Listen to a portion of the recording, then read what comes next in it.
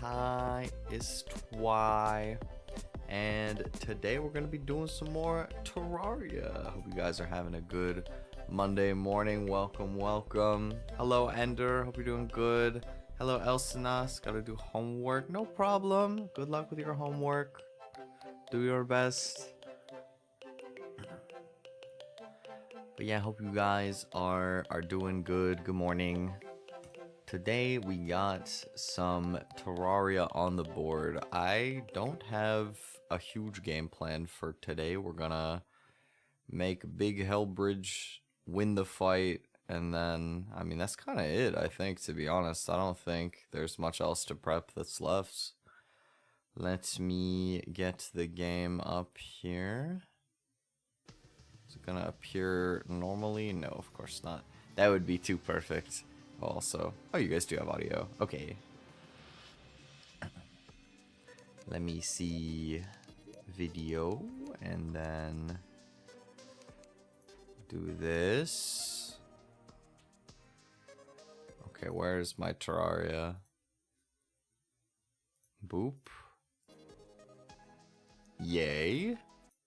And then boop. And hopefully it was all good?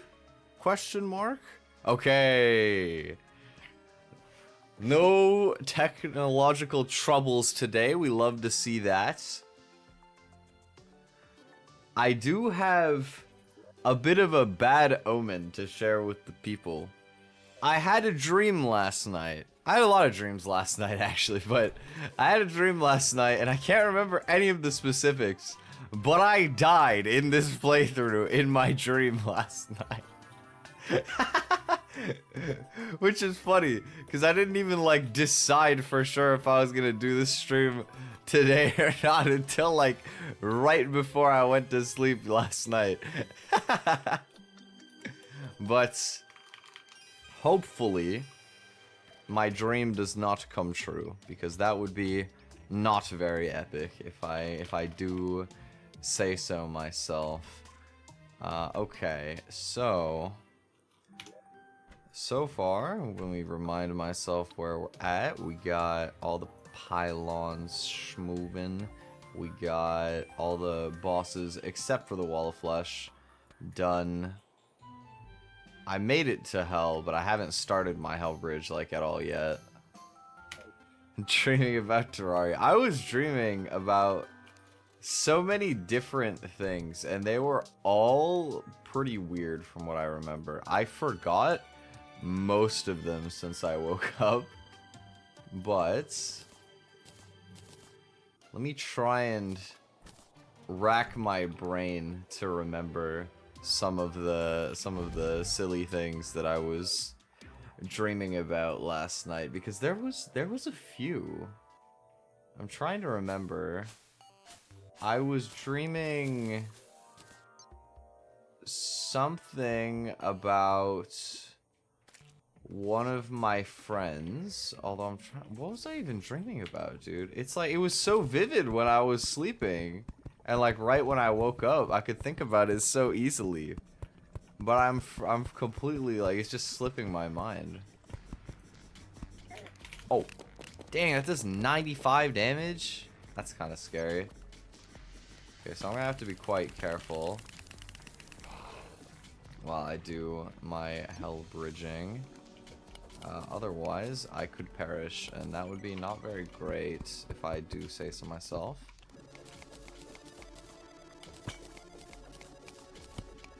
But yeah, I just kept having these, like, weird... I feel like pretty much all of my dreams last night were, like, stress dreams, but I can't even remember what I was stressing about. It was just random stress dreams. But, it can't be that important if I forgot, right? Hopefully. No, I'm okay. I will say, like, I don't even remember that much while I was having the Terraria dream. That one strikes me as kind of weird. Oh, okay. I don't like how many enemies are jumping me right now. Oh, I also forgot to equip my Royal Gel. I need to do that. I'm going to just use my Aqua Scepter for now so that I can have that on. Oh, there's little muffins because it's Halloween time. I forgot about that. That's cool. Yeah, I feel like I always can remember my dreams really well right when I wake up, which is probably just normal. But it makes it so that I never think to actually write them down. And then afterwards, I'll like... I don't know, I feel like people keep like a dream journal or stuff like that. It's like such an interesting thing to do. I'm just like, I can never like remember to do it. Because when you first wake up, it's always like... It doesn't feel that special. Like, you just figure you'll remember it long enough to say it. I'm such a culprit of being one of those people where you're like, you have something important to remember, and instead of writing it down, you'll just like think about it like a few times over and be like, okay, I'll remember that, and then you forget.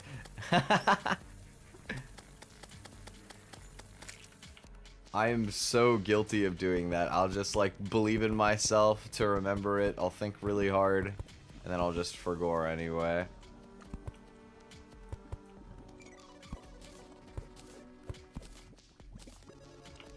Alright, let's see.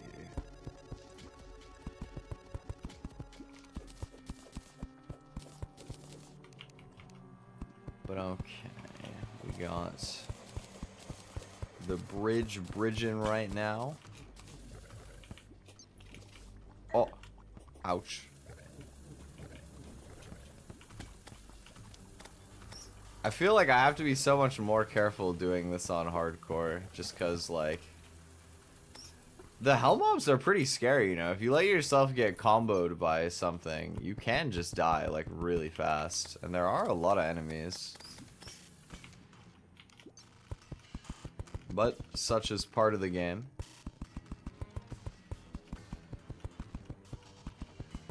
Also, somewhat unrelated, but I haven't made this week's schedule yet, partially because I forgot. But I need to like plan out a couple things with my friend who's coming to visit this week. So it'll probably, after this stream, be Wednesday, maybe Thursday, and maybe Saturday. depending on some things. But I did want to see, do you guys have like any ideas what you want on like Wednesday or one of the other days potentially, like what kind of stream? Because I haven't given it too much thought yet this week. You know, I'm still waking up right now. I'm sorry I'm a little low energy today, but you know. Oh yeah, hard mode is extremely dangerous. In a lot of ways, it is maybe the biggest choke point of the entire run, but at the same time, I mean, you do have to do it, so. Oh, I guess there is one more preparatory thing I have to do before we actually enter hard mode. I have to build a pirate arena in case we get unlucky and we pull the pirates. I don't want to immediately just lose the run. It would be quite sad if that's how it went, so definitely gonna have to make sure that I cover for that. We gotta have the cheese strats ready. Make sure that we don't just lose immediately if we get unlucky.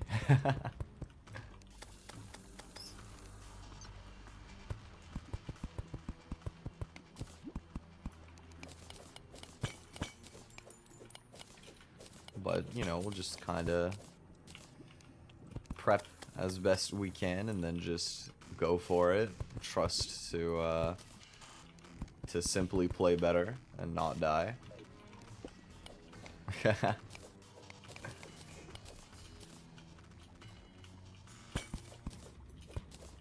I think, to be fair, I'm not the most scared of early hard mode because I have like a decent amount of experience with it. As much as it'll be really easy to die, I somewhat know what I'm doing. I feel like I'm really scared of like the lunar pillars at the end of the game, because that is something I've never really experienced trying to do in a context where you cannot die. And I think most of them have cheese strats, but the nebula pillar does not have a cheese strat. You literally just have to be good, and that's really scary. Ow. Oh, why are there two of them? Womp womp. Alright. Okay, I can shoot him from there. Come on. There we go.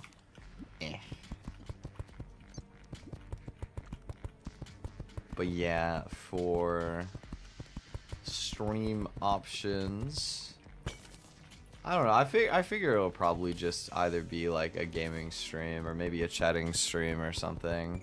I haven't decided what game. I have no idea. I'm a little bit tired right now. My dad has been really sick, and I think that I'm not getting, it doesn't seem like I'm getting what he's getting anywhere to the same degree at least, but I've been a little congested too. So I've been kind of lazing around a bit the past few days. You know, I got some work done. I still have more work that I need to get done, but not much. And it's not like super urgent either. So I've been taking it a little easy. Last night I binged an entire anime. I haven't done that in a long time. Last night I watched all of Ya Boy Kongming, and it was a banger anime, not gonna lie. Like, I had heard of it before, but I didn't really know what I was missing. But my friend recommended it to me, and I'm so glad he did. It was so fun. It's honestly one of the goofiest anime concepts I've ever seen. Ya Boy Kongming is basically somebody wrote an anime from the perspective of this like ancient, like legendary Chinese tactician, like this war tactician from like 1800s China or something. Might have been like older, I don't even remember. And in his like dying moments, he's like, I wish to be reborn into a world of peace with no war or something. And then he gets reborn in Shibuya and becomes like a talent manager for this up and coming singer. It's like so goofy. And he's using like tactician tactics to win in the music industry. And he does the entire thing while dressed as and speaking in like a similar way to like somebody from ancient China would. I mean, it's in Japanese, but still, it was honestly really funny. Very, very quirky show. in a really good way. I think it was very well executed. It was super fun to watch. Oh, voodoo demon. Okay. Well, there's our wall of flesh spawner. I think I might have already had one. I don't remember, but that will make it for certain whenever I can safely go and get it. I've still got to like clear out all these houses so that they don't block me while I'm in the fight. Because nothing stinks more than just getting like blocked while you're on the bridge and not being able to attack or dodge properly.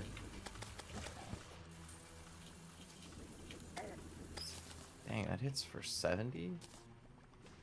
Hellbag got hands. It's alright, we're good. We're chilling. But yeah, that was a fun watch, honestly. It was like really perfect. It was super perfect because my friend was like, what kind of anime do you want to watch? And I'm just like, I don't know, something light. Probably like slice of life or rom-com or something. But to be honest, I didn't really feel like I was in the mood for like a generic rom-com. I've seen a lot of them and I do like them. Even the kind of trashy ones. It's a little bit of a guilty pleasure of mine. But it just, I don't know, it wasn't one of those days for me. I wasn't in that kind of mood. I just wanted something like engaging but not heavy, you know what I mean? And I felt like that show was exactly what I needed. It brought the energy, but it wasn't like, you know, particularly sad or like emotional. Well, it was kind of emotional, but not in a sad way, which was what I wanted. It was fun. Valhalla could work. Ooh, that's true. We could pick up Valhalla maybe. It's been a while since we've done Valhalla. Yeah, maybe I'll bring that one back. I don't know. I'll probably figure a schedule. Although I'm not 100% sure if I'm gonna do a schedule this week. I think what it'll probably come down to is I need to check in. I need to level with my friend about what we're gonna like plan for the end of the week, and then if it's just gonna be like the Wednesday stream is the only other stream, I might not bother having a schedule up for this week, just cause, you know, it wouldn't be that much stuff, but we'll see. Oh, I didn't realize I've been picking up potions, so I guess I just wasted a Splunker potion. Yippee! Oh, doesn't really matter. That's alright, I can always make more of those manually. But yeah, ya boy Kongming, fun watch. If you ever need a good, like, 12-episode show to just crunch through in, like, 4 hours, very engaging. Very fun, would recommend. Also, not me falling into the lava. Imagine that's how the run ends. I just fall in lava and die. That would be the ultimate goofy way to finish out this attempt. I sincerely hope. I want to at least make it into hard mode. If I die in hard mode, I'm okay with that, because I've never made it through hard mode. I've never made it that far. I don't even know if I've beaten a mech boss in a hardcore run. I think that both times that I passed pre-hard mode, I died in early hard mode, from what I can remember. But maybe this run will be the one that breaks the pattern. You never know. You never know. It could be.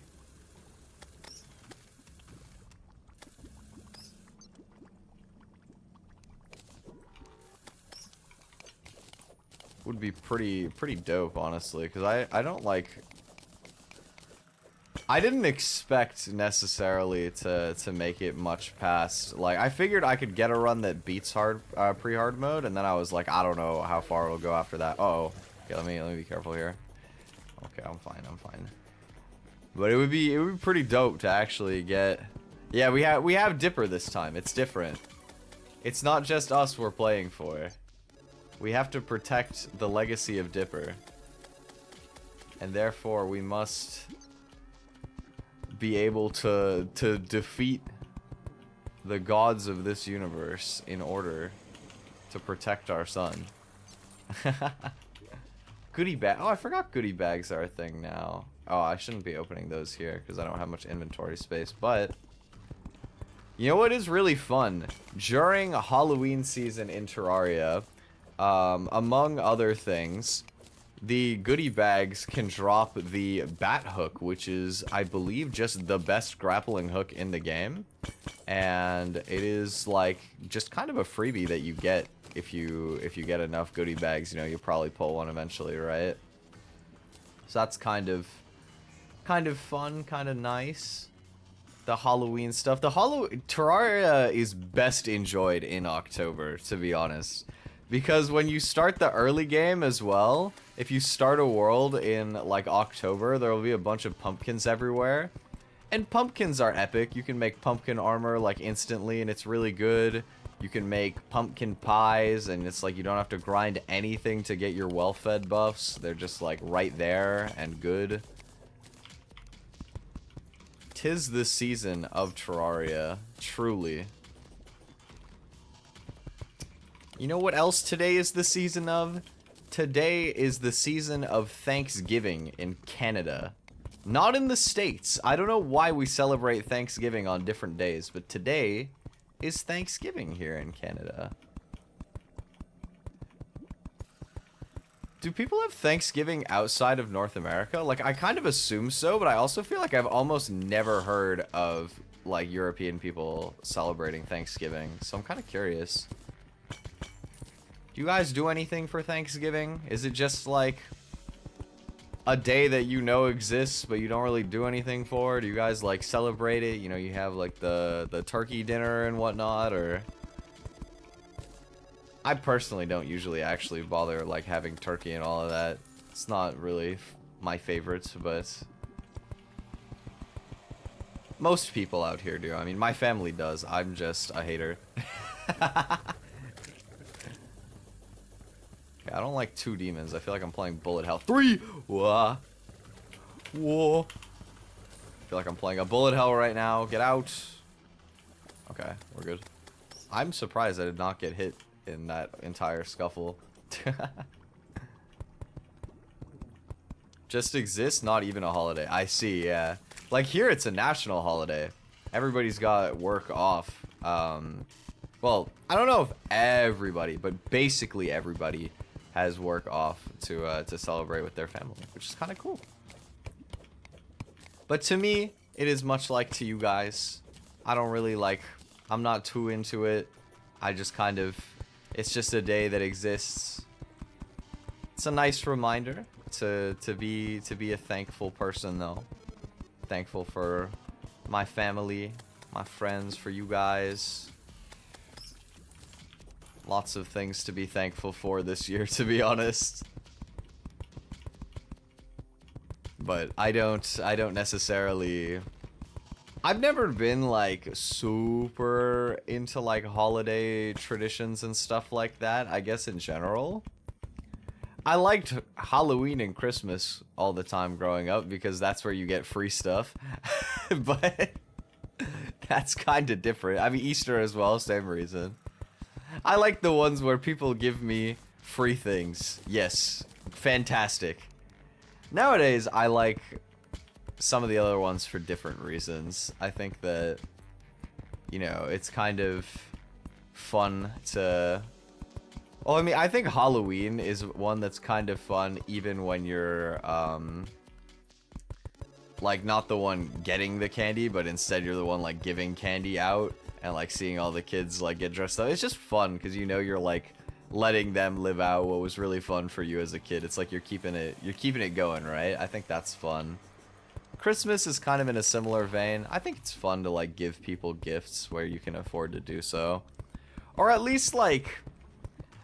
I like to make things as well. Like, you know, if I go to a family party, even if, you know, we're not, you know, giving everybody money and everything anymore, a lot of the time my family will have, like, they'll do, like, potlucks where, like, everybody will be bringing different stuff, and you just have, like, a whole bunch of different things that people bring for dinner, and, you know, like, I'll usually be... Nowadays, I'm the one that always get tasked with dessert. It's, you know, as soon as I brought... some, like, cookies and brownies one time, they're like, oh no, he's too good at this. You're gonna have to do it every time that we have a party now. And it's like, alright, I guess this is my fate now. Because when I was a kid, they would always just task my dad with like, oh yeah, just go buy some soda, or like, oh yeah, just buy some like chips or something. Like just like the lazy option, right? Just take the cheap way out to bring some sort of snack. And then now there's like the onus is on me. But I don't mind, because it gives me an excuse to bake. And I like baking. It's fun. And it's not like I'm only making it for them. I get to keep some of it for me. I get to eat some of it that's not even for me while I'm at the party. It's a win-win. I still haven't decided what I'm gonna bake for my friend when he comes out, because I have to bake for him at least once. But honestly, maybe I'll just bake a couple things. Maybe I'll make my cookies and my brownies. Who knows? Who knows? I know that he was planning on doing some cooking for us, which I'm like, bless. I do not eat home-cooked meals as much as I should. So it'll be like an exchange of services, if you will. He'll make real food, and I'll fatten us up, I guess. I don't know.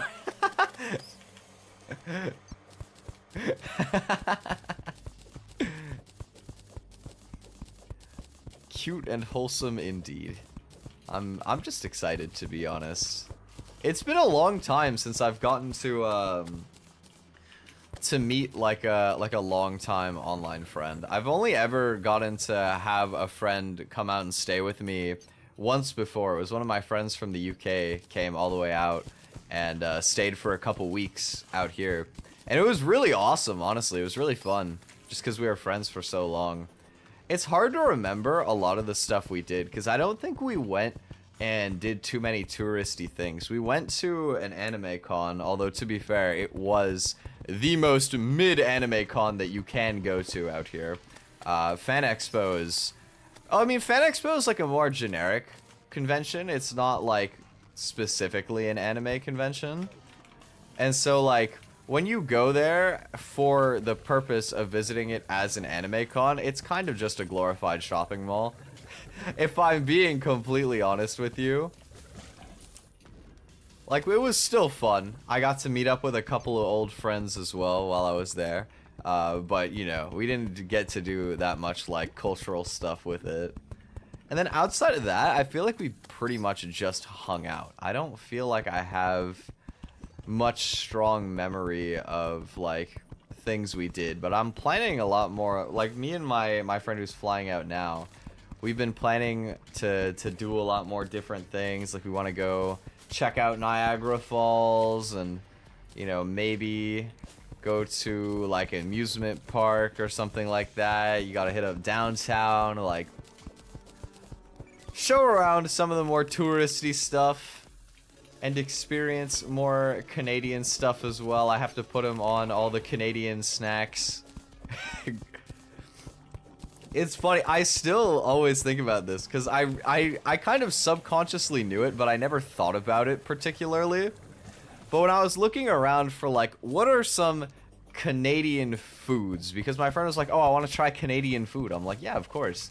And I started thinking about it. And honest to God, it's, like, almost entirely food snacks. Like, we have so many snacks that are at least mostly, if not completely exclusive to Canada. But in terms of, like, food, there is basically nothing. I can think of poutine here in East Canada, and that's pretty much it. Like, honestly, there ain't much else. It is really pretty much just poutine, which is kind of funny to me. Because poutine is also junk food. If you wanna dress it up in prettier words, it's soul food, but it's not good for you. It's like you take fries, they're not good for you, but you know it's okay. And you just drown them in gravy, throw some cheese in there. You know, it is a very heavy meal to eat, but it is soul healing. If you ever have the opportunity to eat poutine, you should.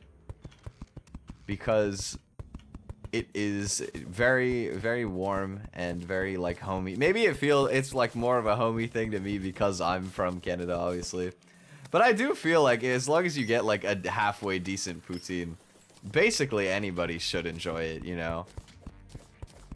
Even like one of the main chains that you can find out here, there's not really a lot of, I say that like there's a bunch of just chain places to go and get poutine. There's not, but I wish. But one of the main places out here, they make their gravy vegan, and it's still good.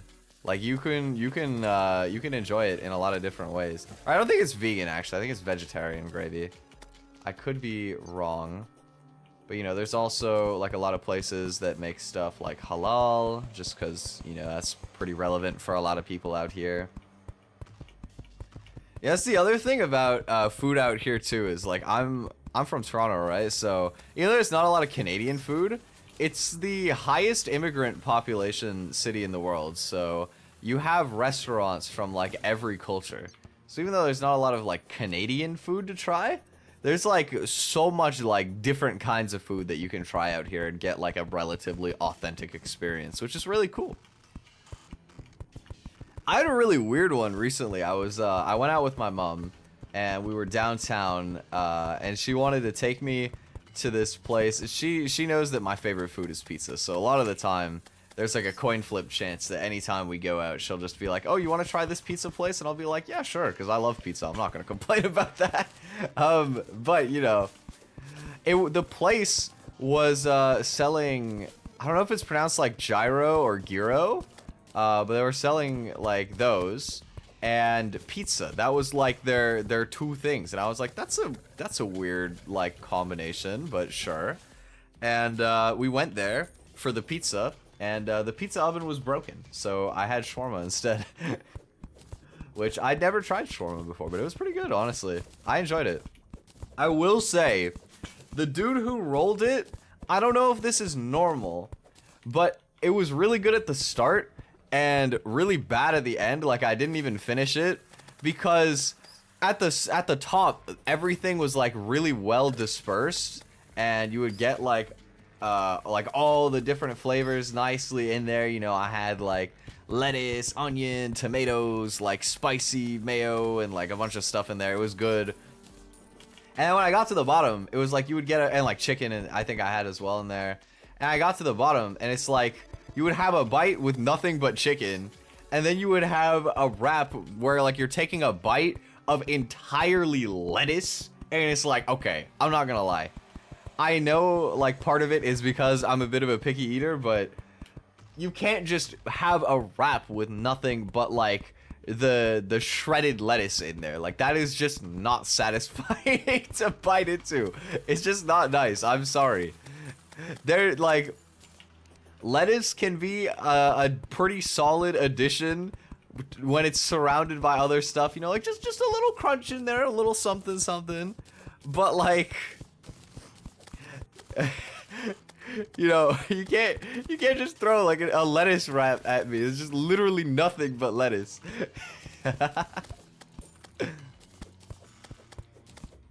Average Chipotle experience. Damn, is it really like that? Is this just what it's like to be an adult and get acquainted to eating wraps? Because I don't eat wraps that much. I don't mind them. Honestly, I think that when you get like a good wrap, it's pretty good. I just haven't like done it much. Also, hello Beep. Welcome. Also, it's more like gyro, I think, is the latter one. I don't remember what order I said them in, but okay. I'm gonna remember that. Because I thought it was gyro. I was pretty sure that's how I've heard people say it. But my mom said gyro, and I was like... I don't know, like my mom, for the most part... Oh, excuse me. Seems like pretty like culturally tapped in, especially with like European stuff a lot of the time. But I was like, I don't know. That sounds wrong to me. I guess it would make sense though, because it's like a gyrate, like the machine like gyrates or something, right? I don't know. I don't remember. I forgot. I don't remember how this stuff works. I just wanted to eat my food, man. I just wanted to enjoy my food.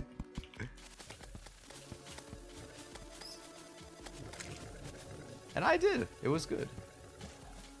Lava slime. But yeah, I don't know exactly what I gotta do. Lurking, I have so much work to do. Oh my god, good luck with your work. Godspeed.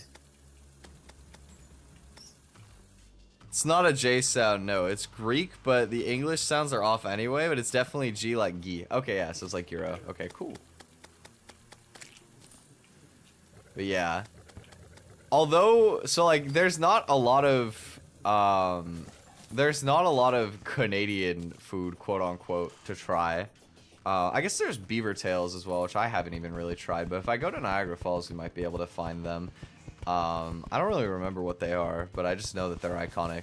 Because, you know, the beaver, Canadian animal. But aside from just the food stuff, well, I mean, on the topic of food stuff, one thing that I definitely want to have that I haven't had in a while, since this is going to be my excuse to go to a couple restaurants, you know, I'm sure we're going to be eating out a bit. I want to have some Korean fried chicken. It's been a while since I've gone, and man, I really like Korean fried chicken. It's just so good. So good. So probably do that at some point. I don't really know what other stuff. I'll probably leave mostly up to him after that. But aside from like restaurants and like food, I need to make him try, and I'm gonna have to like buy like an abhorrent amount of Canadian snacks and just get him to try everything. And what I'm thinking is, if he's up for it, I want to do it as a stream, because I think it would be a fun way for me to introduce you guys to a lot of different Canadian snacks. I think it would be silly. And I've kind of always wanted to stream with my friend as well, but I gotta make sure that he's up for it first, of course, and work out the logistics of it. But I think it would be very fun to have my first off collab be me just shoveling snacks into my American friend. Mukbang, yeah, kinda, yeah, I guess. I suppose it would be kinda like a mukbang, yeah. Just eating a bunch of snacks, getting the rating. Because there's like so many good ones. First of all, we have a lot of good chocolate here. We have so much good chocolate here. Very notable. We have a lot of interesting chips. I didn't realize there's quite a few. There's more than I thought that aren't common in America. Like, I thought dill pickle sounded like so American to me. I'm like, oh yeah, like Americans love pickles. This one's gotta be in America. Psych, it's pretty rare. From what I've heard, I think they do have it in some places, but it's like rare. Like, it's not a common thing to get pickle flavored chips. And I'm like, what? Oh, but I don't know if I'm gonna make him eat dill pickle chips, because he doesn't like pickles. My friend doesn't like pickles. But I like them though. Maybe I'll buy them for me and get him to try like one. You never know. Cause it's a little different. Like, we have one of the most iconic Canadian chips out here is ketchup chips. And first of all, they sound nasty, but they're not, trust. I don't even like ketchup that much. Like, I love tomatoes. I will eat something if somebody puts ketchup on it. But I'm definitely not one of those people that's like, oh yeah, ketchup on everything, you know, put it on my burger, put it on my fries, put it on my fucking mac and cheese. There are people that do that, by the way. There are people that put ketchup on mac and cheese. I've seen it. There are people that will drown everything in ketchup. I am not one of them, but I respect it if you want to do that. You enjoy your food how you like it. But I will say, ketchup chips, I can get down with those. They're pretty good. And one of the weirdest ones that is undisputedly the GOAT, in every Canadian knows it, and every non-Canadian is like, what the hell is this?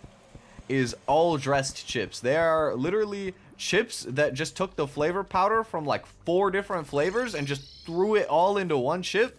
And it sounds like it should suck, but they are banger chips, let me tell you. Oh my god, they're so good. Once you have them, you will never feel like you can truly go back. I promise you. If you ever have the opportunity, consider yourself lucky. What the? Ketchup on popcorn? Okay, no, your friend is a menace. I'm sorry, that is not a thing. I have never once in my entire life heard anybody say ketchup on popcorn. Maybe ketchup flavoring on popcorn. Like you get like, I've seen, there's one place that I can think of. There's like a chain that you can find in the malls sometimes. It's called Colonel's. And they make a bunch of like different flavored popcorns that are really good. And I think they do have ketchup flavor, but it's just like the like flavor powdering the same way that like the chips do it. And that's pretty good. I think I've tried it once. It was good. Because it's like basically the exact same idea as ketchup chips.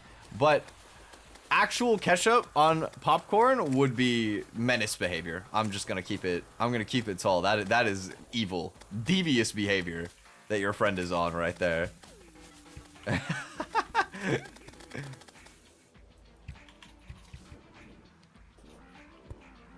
He said, oh, it's not actual ketchup. Okay, yeah. Well, ketchup flavoring is good. I can agree with that. Dried tomato sauce. I mean, I wouldn't say that's totally accurate. It's more acidic and it's more sweet than tomato sauce, just like ketchup is. Because if you think about it, ketchup is basically like tomato, sugar, and vinegar. That is like the flavor profile, right? So it's like a dried, like powdery version of that, kind of. It's pretty good. If you like tomato, you will probably like it. But, you know, definitely a classic. I remember from Colonel's as well. I haven't been to Colonel's in a while. Like a few years ago, we used to always get that as a family. I think that was more back before my mom was like diabetic. But we used to like get it for the whole family, and it would be really nice. There was one flavor. They had like a cheesy dill flavor that was super bomb, not gonna lie. I love dill. I think dill is really tasty. And I also love cheese. That shit would make your breath stink like bad, but you know what? It was really tasty though. And like, who cares, honestly? Who cares? It's worth having nasty breath. I will take garlic breath any day to have my fucking cheesy dill snacks. Gladly.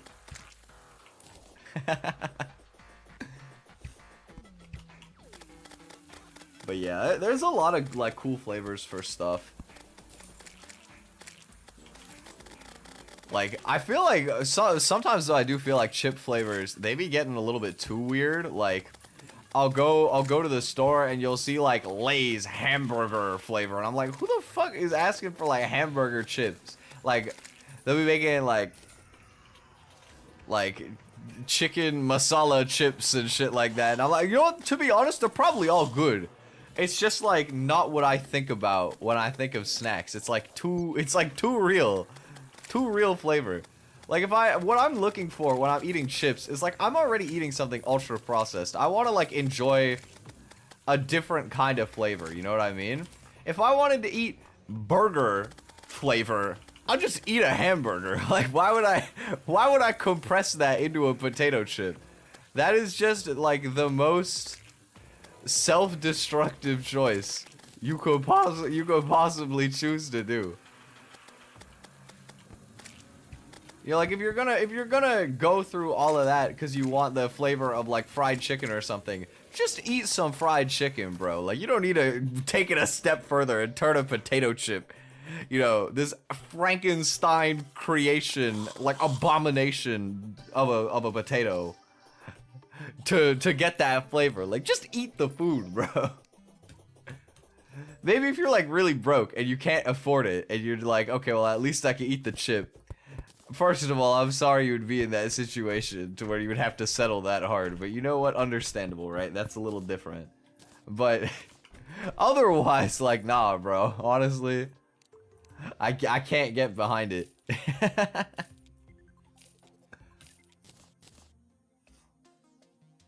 Unlucky yarn summons a black kitty? Wait, let me get in the light. He has a hat! Wait, on a broom! Oh, if I didn't have Dipper, I would totally be using this pet. That's so cute. I didn't remember this pet, but yeah, that is so cute. Into the pet's chest, maybe one day. So cute. So cute. I love cats. Alright. Let's see. I have so much random stuff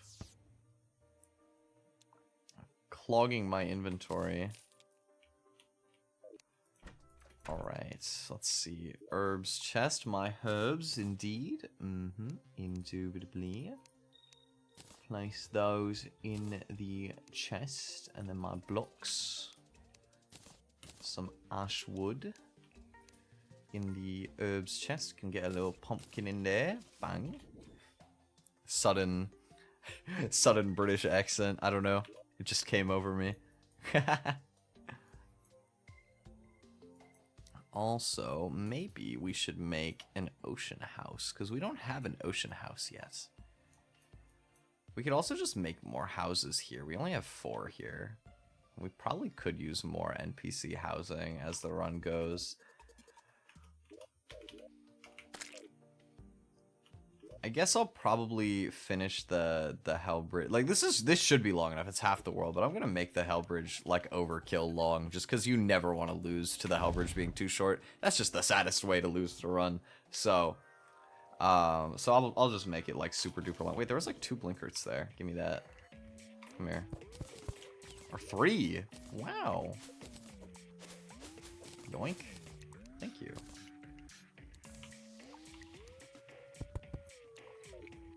Gotten pet licenses from the zoologist.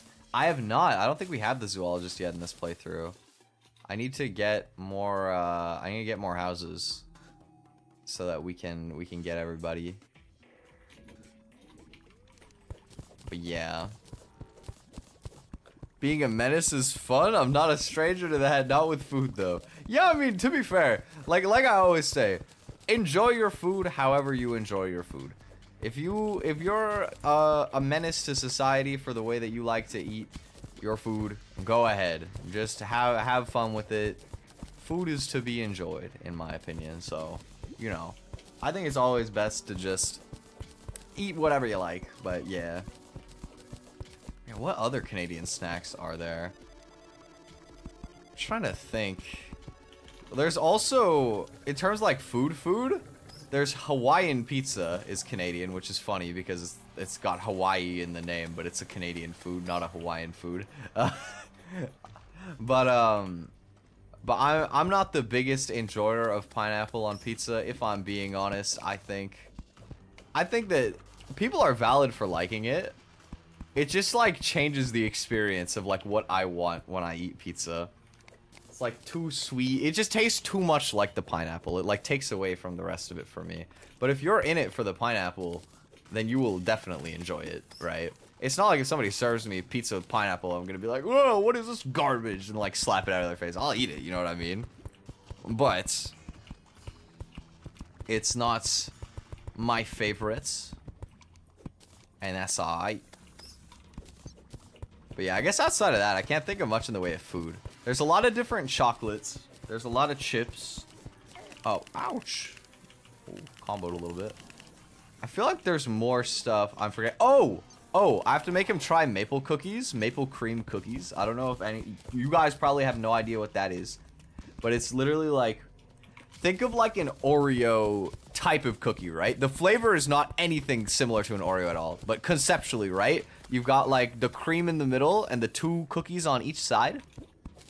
So you have like a regular kind of like biscuit on each side. It's not like chocolate like Oreo or anything. It's like a regular kind of like hard cookie.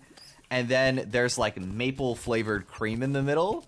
And it's like maple leaf shaped on the cookies. Those are such a classic. They're so good. That is the most stereotypical Canadian snack that you could ever think of. Because it's very maple themed. But let me tell you, they are fire. Oh my god, they're great. Definitely will be putting him on those. I feel like the reason I'm having so much trouble thinking of other like Canadian snacks is because a lot of them I don't even realize they're Canadian snacks until I look it up. Like they're just so normal to me that I just assume that they have them in the States and then they don't and I'm like, what? I have to... Oh, you know what's a funny one, actually? There's an interesting one. So in the States, they have this candy called Smarties.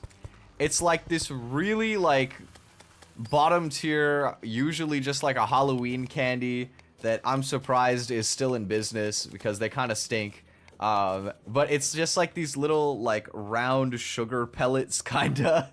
They're very chalky. And here in Canada, we have the exact same candy, but they're not called Smarties, they're called Rockets. And the reasoning is because in Canada, we have a much nicer chocolate-like candy-coated candy called Smarties that presumably had licensing rights to the name Smarties first. So when the American Smarties came over here, they just took the exact same packaging and just put the word Rockets over the word Smarties instead, and then we had Rockets here in Canada. So we have what you guys call Smarties, but you guys don't have what we call Smarties, which are pretty good. Not my favorite, but they are a classic.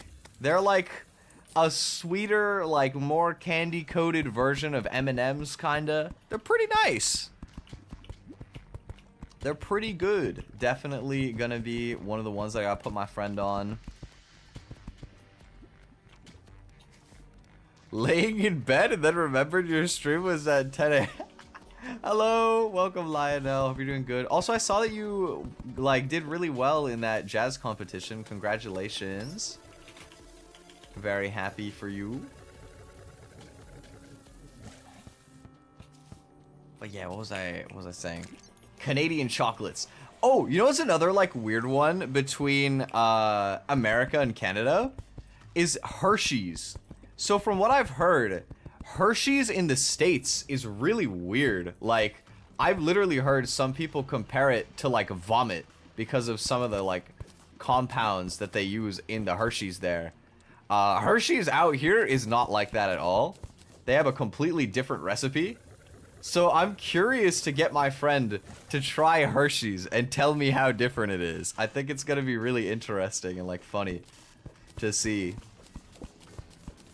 Also, I just remembered you guys don't have Kinder eggs in the States because of the little toy in the middle. I remember that you guys aren't allowed to have those there. But okay, unironically, Kinder chocolate is pretty good. Like, for just being like a little kid's thing where it's like you open the egg to get the toy in the middle, the chocolate goes like unnecessarily hard. Like, it is a banger chocolate.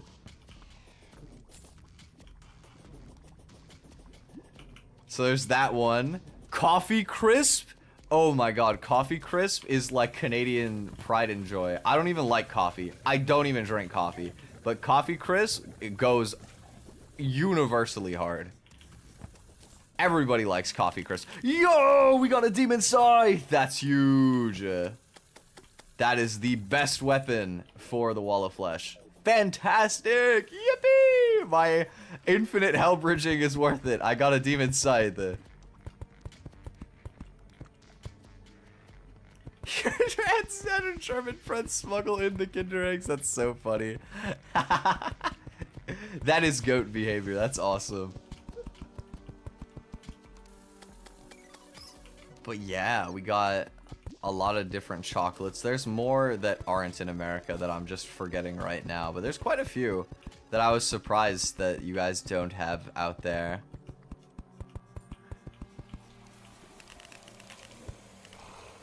I was just surprised in general. Like, I thought if anything the States would have more snacks than Canada, but in a lot of ways we have a lot more. There's a lot of like really iconic Canadian snacks that they don't sell in the States that I was very surprised about. No, I don't think that was a thing with salmonella, unless there was like some sort of like factory cross-contamination or something, but that would have nothing to do with the recipe.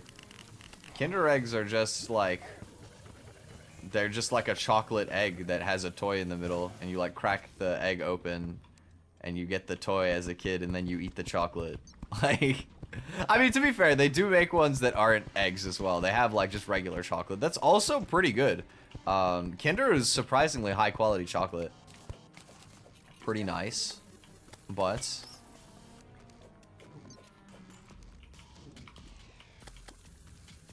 whole ass raw chicken falling into the. No, I think it's actually they have a, you know, the labor costs were too high for people, so they started hiring the chickens to make the chocolate, and they forgot to clean it properly. So now you get the salmonella chocolate. Unlucky. Oh, it was a Belgian thing. Interesting. Little incidents. Those Belgian chickens messing up the chocolate. Chocolate? Chocolate. I don't even remember where I thought of that from before. Obviously it's from Spawn. I think I said that while I was on call with Rita or something. Good old SpongeBob references. I haven't seen SpongeBob in so long, man. So classic though. Kinder Bueno, that's the name of the regular chocolate bar. Yes, Kinder Bueno is quite good, honestly. I would say it's like at least an A tier chocolate bar. Might be S tier. I don't really buy them often, but like it is nice chocolate. It's good quality, you know. I still think my favorite chocolate, especially because I like dark chocolate a lot. I think my favorite chocolate is if you guys know those like little round Lindor chocolates, the brand that makes those, Lindt, they also make like chocolate bars. I think they're called like Excellence or something. And then you get the mint chocolate, like dark chocolate bar. Ooh, that is so nice. I always keep those in my fridge, just like snack on a piece or two every now and then. Very, very nice chocolate. I use it for like everything that I'm baking with like chocolate in it. It's just really nice. Very good quality.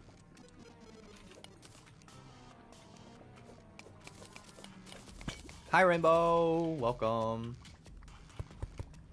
But yeah, very... Oh, you know what else I need to do when he comes here? At the mall. There's like a few malls that have them. We have these like Lindt stores, like the Lindor stores. And they make a bunch of like niche flavors available. So you can go there and you can get those like little, for anybody who doesn't know, Lindor chocolates are like, it's like this little round chocolate sphere that's got like melty like chocolate in the middle. So it's like liquid on the inside. And you just like kind of pop it in your mouth and it like bursts and it's like really epic and tasty and cool.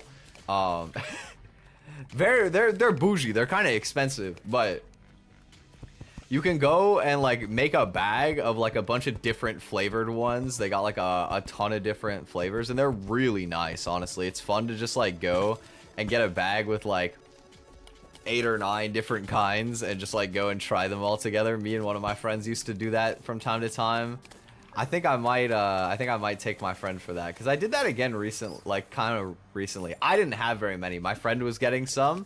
And he was like, here, you can get, you know, like, you want some? And I'm like, I'll just try, like, 1 or 2. Like, I had, like, 2, maybe, out of his, like, 15 or something. But, but it was very nice. I would like to put my friend on that as well, just because it's a fun experience, too. Milka?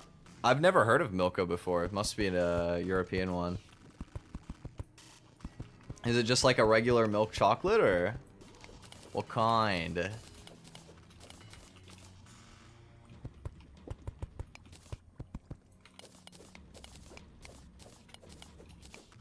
Good, yeah. Yeah, I know. Good kindergarten is a really funny way to name a chocolate bar. But you know what? It goes really hard, so who cares? Damn it, me. Oh, it's just this. Oops. Okay. And then... Oh, please don't destroy my capture. Or tab back in? Okay, cool. It stayed tabbed in. Good.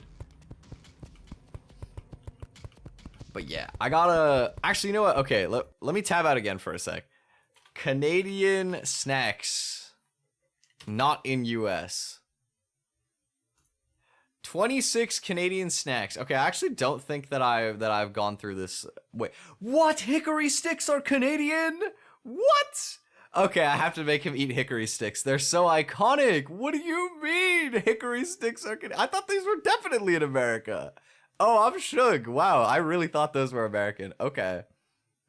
Y'all don't have Kraft Dinner? What? Really? Actually, wait, yeah, I think Kraft Dinner is Canadian. No, that's true. Okay. That's crazy. You guys don't have like the little box mac and cheese? It's not good. You're not missing out. But it was iconic as a kid. Like everybody ate Kraft Dinner as a kid, but they're not exactly like something that you're sitting there like, oh man, I can't believe it. You guys are missing out so hard not having Kraft Dinner. Oh yeah, you guys don't have Arrow. That one shook me. Arrow is like really normal here. I'm surprised. That's another chocolate bar. Oh, you guys don't have Crispy Crunch? Wait, no, this is not what I'm thinking of. Crispy Crunch isn't bad, though. Caramilk. Yeah, you guys don't have a bunch of the Cadbury ones. You guys are missing all sorts of those. Oh, these are... I didn't know that these are Canadian. Purdy's Chocolatier. Yeah, it's like a little, like, fancy box of chocolates that you, like, gift to people sometimes. Yo, no way, you guys don't have Maynards? What? Dude, no way you guys don't have like Swedish berries and like, do you guys have like Sour Patch Kids? Is it just specifically these two? Because it's showing me Swedish berries and Sour Cherry Blasters, which are both iconic Maynard's candies, but it's like the same brand that does like Sour Patch Kids and like Fuzzy Peaches in them. Do you guys seriously not have those? Wait, do you guys actually not have those? Okay, you guys do have Sour Patch Kids. Okay. So it's just a couple specific ones. Interesting. I wonder why. Okay, you're missing out hard with Swedish berries. That is probably the best Maynard's gummies. Like, they're bomb. Those ones are so good. I think they probably are the best one. That's crazy that you guys don't have those. I'm shook. Swedish berries are like the most bingeable out of all of those. Like the other ones, they got the like really powerful like sugary powdering on the top, or like with the sour ones too. And don't get me wrong, I like them, but I feel like my teeth are gonna like dissolve in my mouth after I eat them. I'm really surprised that you guys don't have the Swedish berries. That really surprised me. Okay, interesting. You tried Asian candies before. I've tried some. I haven't tried a lot. I also don't really remember most of the ones I've tried by name. If you like put the name of one that you're thinking of in chat, I'll let you know. But there are some, like sometimes you'll see like Chinese candy around, or like I've tried some Japanese candy just because I used to work with a lot of Japanese import stuff, so I got the chance to try some of that. Outside of that though, I don't know, there's like these little like green hard candies with like Chinese on the wrapper that I remember everybody would eat growing up. Haichu is obviously very iconic. I don't even like think of it as like necessarily Asian candy, but it is, I guess, like technically. There are some other ones I've tried. Oh, you know what I just remembered too? I remember one time at my old store, we had this like brand of Korean chips. They were like, they had like a turtle on the bag or something. I don't remember the brand name, but they had like a turtle on the bag, and they had a bunch of different flavors. But like they would have like chocolate flavor and like I can't remember if it was vanilla or I think birthday cake or both.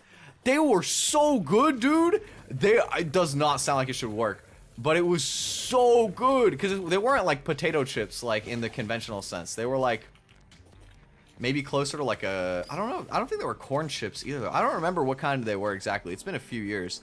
But man, those were so good. Oh my god, they were so fire.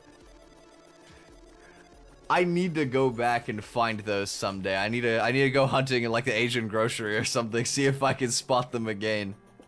Cause those were unbelievably good. I was so surprised. I thought they were just gonna be like a weird like one-time thing, but man, they were insanely nice. Soft candies and the paper white rabbit wrapper. I don't know if I have. Wait, what are the... When I think of, like, Asian candy for, like, gummies, what... I think of... There's, like, these ones that are branded, like, Pure in Japan. Yeah, these are the ones. I remember these, and then there's another one. Oh, I cannot read these kanji, dude. I don't know what this kanji is. But they have, like, 2 kanji and then gumi at the end, which, I mean, of course. But...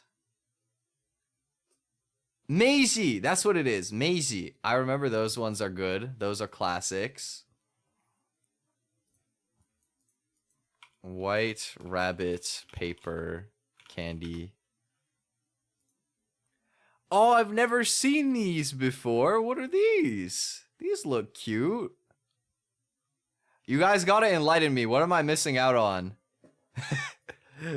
I've never heard of these. Wow. I like tab back in. I'm getting shot. Please. The chip's called Korean Orion with the turtle?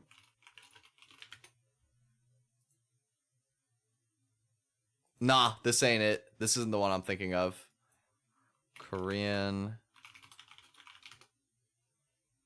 Turtle chips! They're literally just called turtle chips. Yeah. It's like this shell-looking thing. Oh, these are bangers, bro. These go insane. Don't know, just remember loving them when you're young. That's okay, that's fair. If I ever see them, I'll have to try it out. Any Spanish candies? I don't know if I have. I don't think there's a lot of, like, Spanish influence around my area, so I don't think I've really tried much. Milk flavored? Ooh, milk flavored stuff is always fire. That's really good.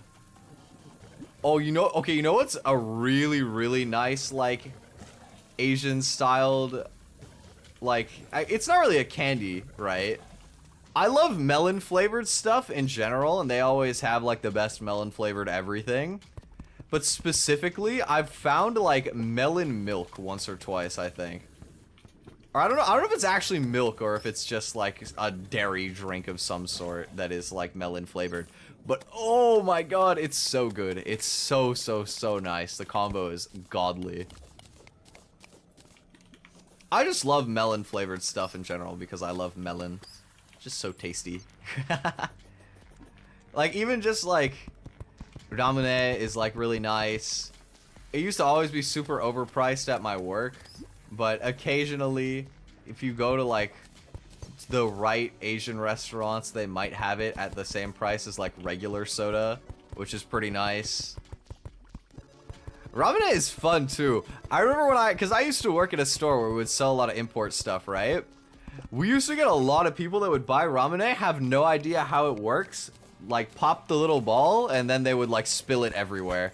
And we would have to, like, make a thing of, like, oh, either open it outside or, like, let us, like, open it for you if you don't know what you're doing. Because, like, people would just always, like, accidentally, like, spill it and we'd have to, like, wipe it up, and it's like, okay, I get it. It's not the most intuitive, but, like, here, just pass it.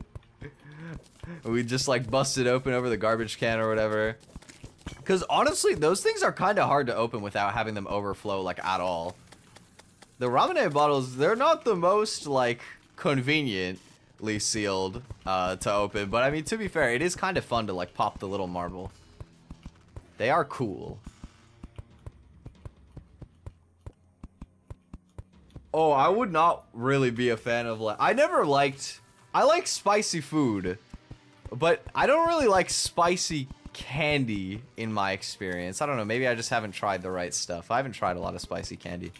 But nothing I've ever tried that's candy that's spicy has ever really hit the spot for me. Oh, what the heck?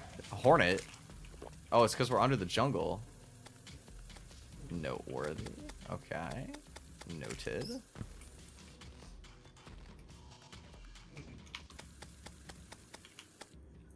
I feel like it's interesting just, like, hearing about, like, lots of different cultures, like, candy. Because, like, food, I think a lot of food is, like, circumstantial, right? You know, your like, culture's food will be based on, like, what they had around to eat. you know, back in the day, most of the time, right? But when you think about like junk food and candy and stuff like that, I feel like it's a lot less of that, you know. You've got a little bit more creative liberty to it. Strawberry flavored stuff is really good. Noted. Okay. If I ever have Spanish candy, look for the strawberry stuff. I feel like Spanish culture is pretty cool. I've never like gotten to know that much about like Spanish culture. It's not nearly as like talked about in Canada as it is in the States because, you know, like our secondary language is French. Most people, like barely anybody speaks Spanish up here. Well, I mean, there are definitely people that speak Spanish up here, but it's not like in the same way as it is in the States where you might find like areas that are like have a lot more Spanish relatively, I would imagine, right? Although I'm sure that's rare in the States too, in the same way that French is quite rare here, even though it's the second language. Like, everybody in the States has to learn some Spanish growing up. Everybody in Canada has to learn some French growing up. It's just part of the school system, right? And I think it's kind of cool. You know, the strawberry ones too? That's dope. I love seeing everybody bond over stuff from their childhood. That's great. I would love to like one day do like a trying like snacks from around the world like type stream. That would be pretty fun. White as a sheet. Okay, same. Walk into a store of Spanish projects and speak half fluently. They look at me like, huh? That is funny. Yeah, I mean, I guess I don't have that. Maybe I would experience that. Well, I mean, I would definitely experience that to a degree if I went to Japan, just because, you know. But that's just more like the foreigner effect in general there, I think.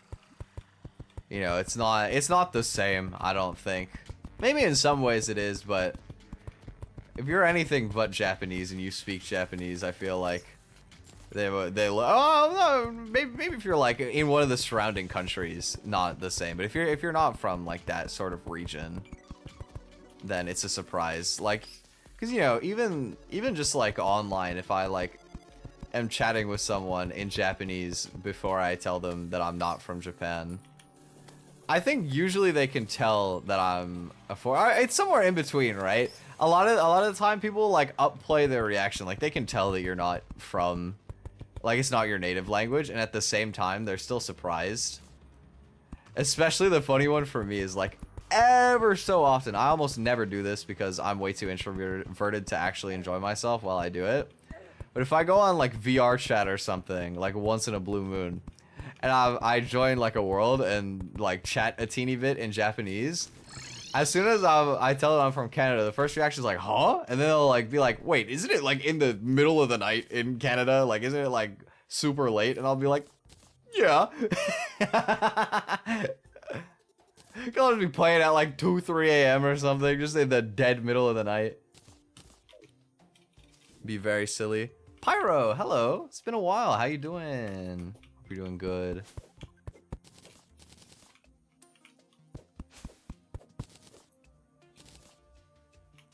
The major malfunction? Wait, what is the malfunction?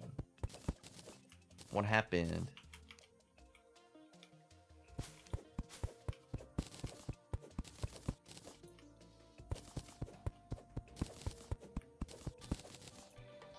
Yeah, I don't like hopping on public worlds. I don't know.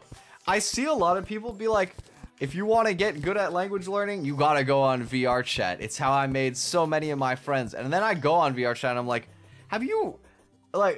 what is your standard, like, for, like, your quality standard for friends, bro? Like, the people that I've met on VR chat that'll actually talk to you, they're like weird as shit, bro. They'll just be like really annoying and or like really weird a lot of the time.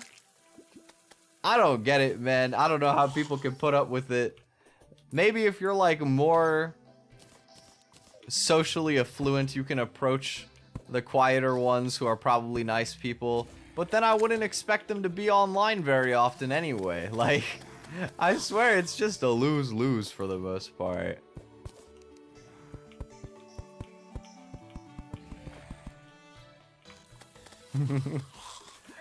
Oh yeah, no, of course not. I've had sleep schedules way worse than like 2 or 3 a.m. Are you kidding me? I think the worst I've ever gotten is when I was going to sleep at 10 in the morning. I think that's the furthest I've ever pushed it, I think. I don't think I've ever gone further than that. And when you do that, you can no longer like wind your schedule backwards to a normal hour. You gotta go forward. You have to hit the all-nighter, and then go to bed at a regular time, and pray that you can like hard reset your schedule.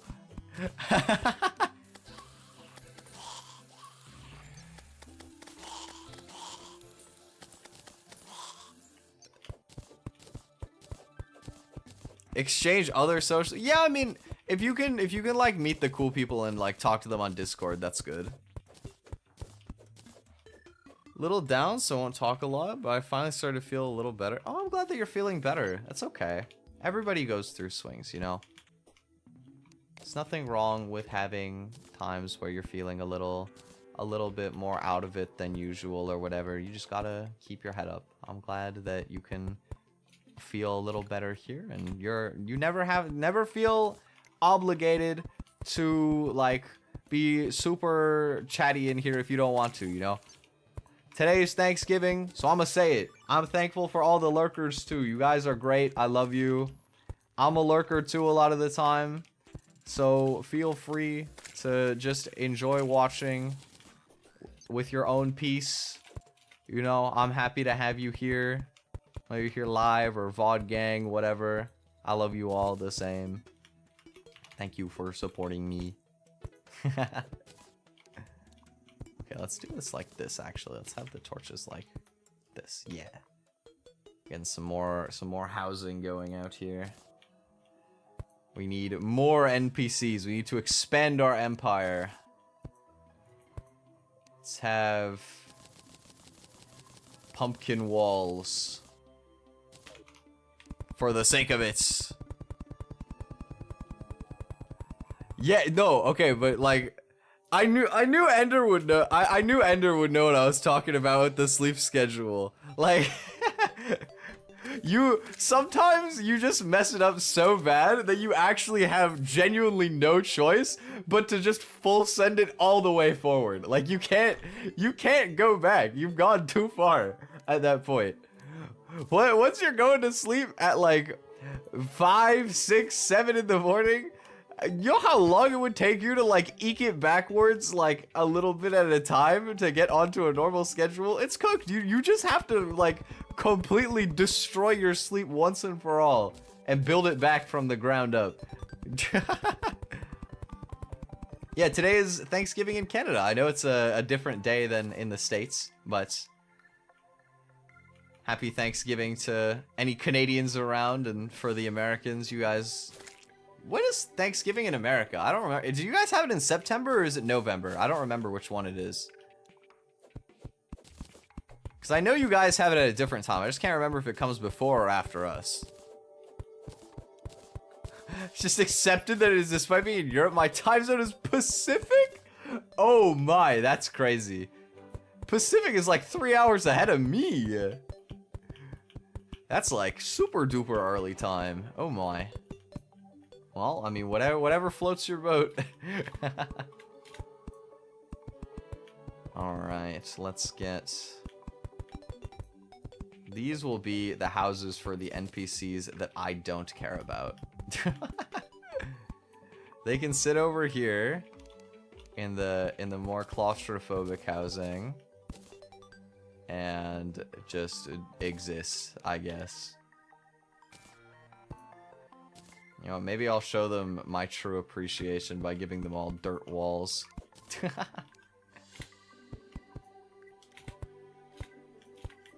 There we go. And we need some tables. Let's get pumpkin tables. Let's be festive.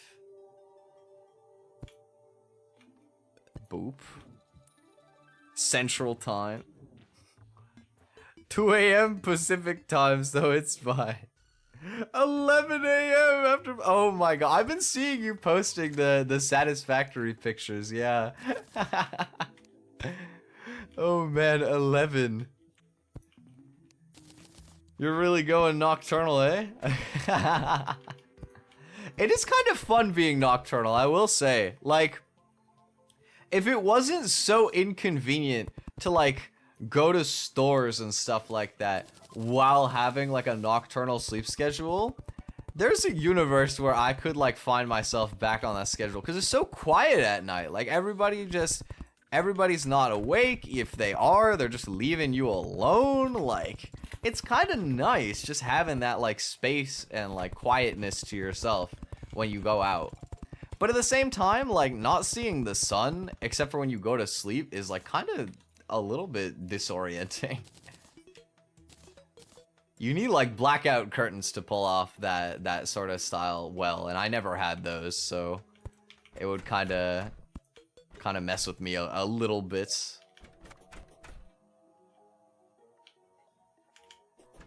Okay, we got the witch doctor now. Sweet. I don't actually know if he does anything helpful for me, but I'll stick him in the jungle where he oh, I did have the zoologist. I just didn't realize. Okay, witch doctor here. Who's in my snow biome? What? Not enough villagers near the oh, right, near this pylon. Yes. Okay, I think right here. Yeah, we'll have the zoologist over on this side then. Can do this here. Could be amazing if you didn't have to work or buy food. I mean, yeah, but then you're just like living your life as like a vegetable at that point. Like, is that really worth it? Like, you're just kind of, you gotta do something, you know what I mean? Even if you're just taking a little stroll to the grocery store or whatever, you know. You gotta find the time to get up at least like once in the day. I feel like, no, I'm not perfect. Sometimes I'll have a day where I literally don't leave the house like at all, but it's good to try and get out at least like once for a little something. That is very relatable, Beep. I'm very similar. My sleep schedule was trashed in high school because I couldn't get up. For me, it was just like I couldn't get up early enough to like focus. You know, it would just destroy my power. I felt like I needed it to be like later at night for me to like lock in and get stuff done. Yeah, I was undiagnosed ADHD too. So it really messed me up. But, you know. Okay, let me see. So, what do I still need to do? I need an emergency arena for the pirate invasion because I do not want the run to simply die if I pull the pirates like early into hard mode. And if I don't do any prep work, that is exactly what will happen. So I'm gonna need 2 lava buckets.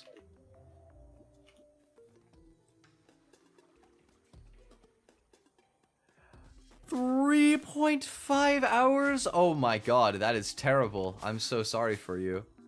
That's brutal.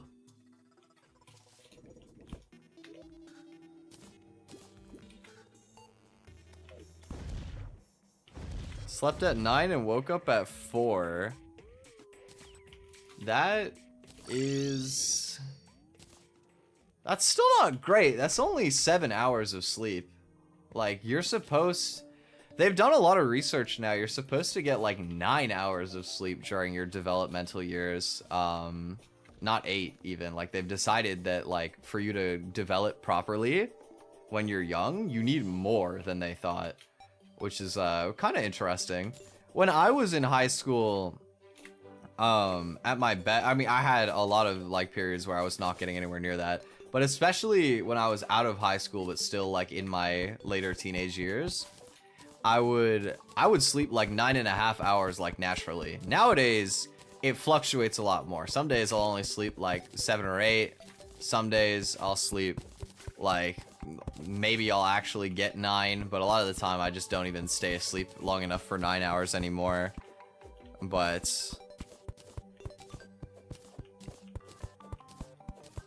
yeah, but it's not just about how tall you are, right? Like, developmental growth isn't only about like your physical body.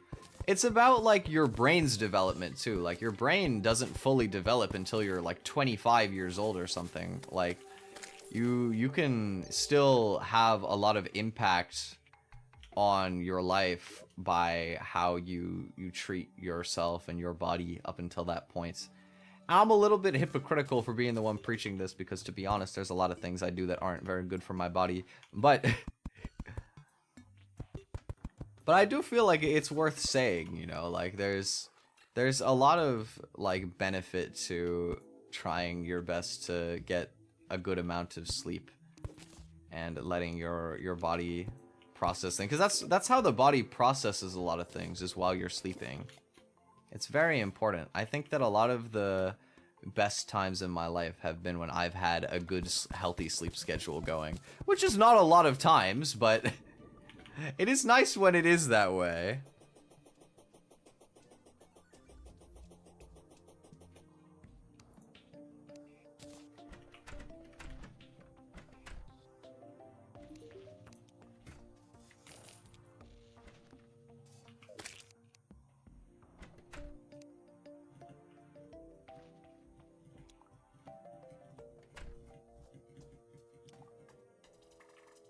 Yeah, I don't want to get too much into the whole, like, school conversation, just because, like, it's pretty heavy. I don't want this to be, like, a space where we're, like, having people sort of, like, trauma dumping or stuff like that. And that includes me. I didn't have a good experience in school. So I'm saying this partially because I don't want to, you know, delve into the whole conversation right now. I'm just kind of trying to like chill, but I will say, you know, I know you guys are probably gonna be having a bit of a tough time, but and also like I know as well, like it is a thing that, you know, if you like oversleep you can feel too groggy, but please do try your best to respect your body and give yourself a good amount of sleep. A lot of the time sleep is weird because it's not like you can have one good day of sleep and make up for everything. You have to like really maintain that like schedule and like keep at it to like really feel the benefits. It's like working out in that regard, you know. You're not gonna feel better just by like hitting the gym really hard one day and then going back to doing nothing. Mind you, I'm not a workout bro. Yes. I do believe I will have my gym arc one day. I just don't feel motivated enough right now, but it's okay. Dipper's having fun. He's just bouncing around. What's your favorite Terraria boss? Probably Duke Fishron. Very fun boss fight to do. Because Fishron is like very like skill based, but like very consistent. It's a fight that doesn't have any like timer restrictions. You just kind of like, you gotta play good, and if you do, you could beat him with basically anything, and that's pretty cool.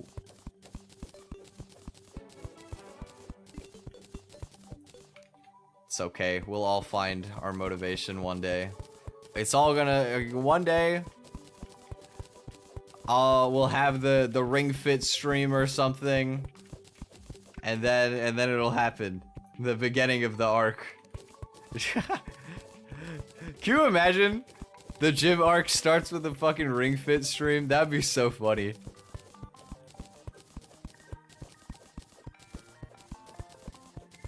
Collaborative workout stream, yeah. To be fair, Ring Fit does seem really fun. I would love to do a Ring Fit stream. It's just, I don't know if I'm committed enough to pay a full price AAA game for that experience.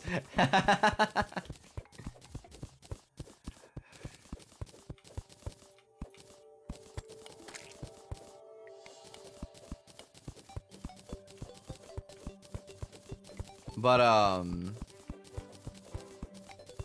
what's it called? You know, it's another one that I'm like debating about buying. There's a new Mario Party that came out recently, right? Super Mario, or like Mario Party Jamboree or something. I think that one has like some crazy capacity, like 20 players or something. Like you can get a massive amount of people on it, which is dope. I've always loved Mario Party. I grew up playing Mario Party all the time. Very like iconic to me. But I don't know. I need to make sure that I have enough friends that I would actually get some value out of like getting it, I think. And then if I do, what I'll probably do is I'll probably like wait and see if my friends think it's good, and if they do, I'll probably be like, okay, I'll buy it. Is it still I don't know. I actually have no idea. I could be misremembering. It also might just be a special mode or something.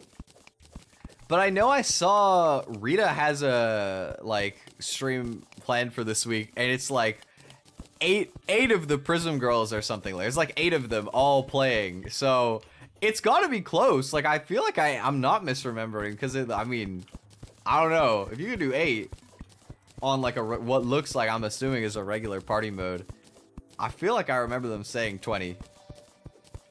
Quite crazy if it is the case, but fun nevertheless. Okay. I need to make sure that I don't like make this too big.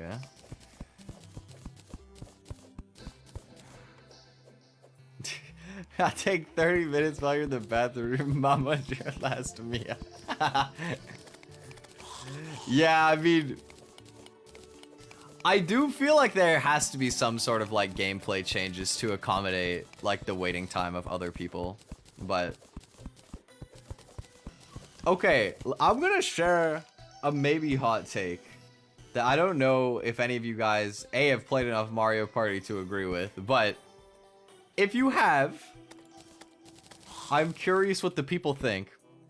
I think that Mario Party peaked on the Wii and then fell off, and part of that is my own nostalgia, but I genuinely still go back and find that the most fun Mario Party for me is Mario Party 8. That game was a banger. The candy system was super fun. The bonus stars were good. Everything was good for the most part about that game. And then I feel like a lot of the ones that came after it are still good, but I don't feel as like engaged when I play it. Mario Party DS was pretty good too, though, actually. It's just the nostalgia buff, I think, to be honest. The most recent one wasn't that bad. The first one that came out on the Switch, I think, kind of like stank. And then the one that came out after that, I think, was decent. One thing I don't like about the new Mario parties, though, is there's that, like, golden pipe item that will literally just teleport you to a star if you buy it. And I feel like that's just so broken. Like, that just takes away so much of the suspense of it, you know what I mean? Like, I was one of the people that would always be, like, grinding the minigames and getting, like, and I would be really good at them so that I could always win the minigame star whenever it would come up. And, like, have more money than everybody else. And at the same time, I still liked the fact that there was, like, luck-based elements that would keep it, like, spicy, you know what I mean? Keep it interesting. I feel like having too much stuff like, oh yeah, this golden pipe will take you straight to the star is, like, well, I mean, that just takes away all the suspense. You just go there and then that's that. Like, okay. Only ever played 8 on the Wii. Yeah, I will agree with you. Mario Party 9 was pretty mid. The car where you like all moved together, I think it was a cool idea to experiment with, but I don't think it was nearly as fun. I think it's more fun to have like everybody running around on the stage in their own like different time, you know? I think it's more enjoyable that way, but okay. Let me think. I've got houses, I've got pylons, I have my pirate arena, I have my hell bridge, super duper long. I have herb farm, I have potions, I've beaten the bosses, I have demon scythe, I have accessories. I could make ocean housing. That is basically the only other thing I could even consider doing in pre-hard mode. I don't have the stylist either. Although I don't have a life form analyzer, so I can't easily get the stylist.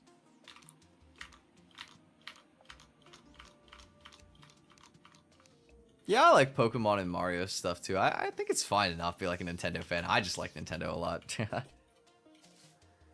Yeah, 8 had so much like fun collectible stuff, and I love the extra game modes like Test for the Best, where you would like go in and play the 10 mini games and try and see how perfectly you could score on all of them. I loved Test for the Best. That one was really fun.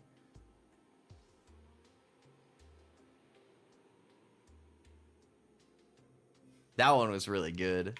Oh man, that was fun. Okay.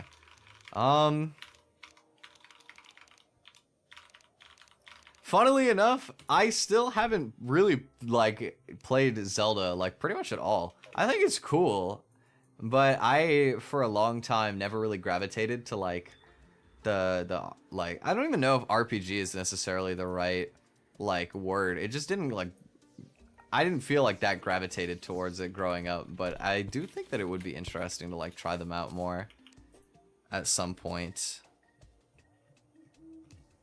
The Link scream is really funny. I know the exact scream you're talking about. I liked Kirby growing up too. I liked Kirby. Kirby was fun for me. Okay. I think we're basically ready to fight the Wall of Flesh. I need to prepare my buffs. We're gonna get Sashimi, Magic Power, Mana Regen, Endurance, Swiftness, Regen, Iron Skin. What else can I get that could be of value to me? Thorns, Heart Reach,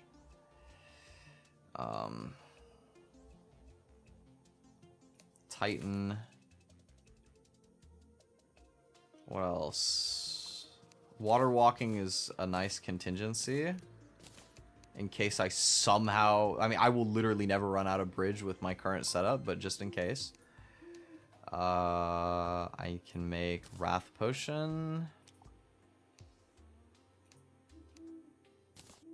I should just make all my Wrath Potions now, so that if I need them later, I'll have them ready to go. How many herbs do I... Oh, I don't have a lot of Deathweed. Oh well, let's see how many we get. Okay. I'll settle for that, because I want to be able to quick stack. Good, good. So we got Wrath Potion.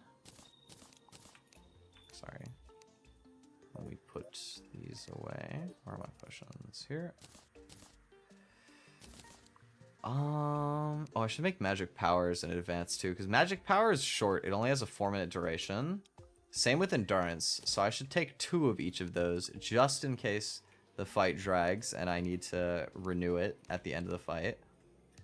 Oh, I just realized, wait, you need to use Deathweed with the, it's Deathweed and, what's it called? The, dude, it's slipping me, my brain. Fallen Stars to make the, Magic Power. So I need more Deathweed. Let's go get Deathweed.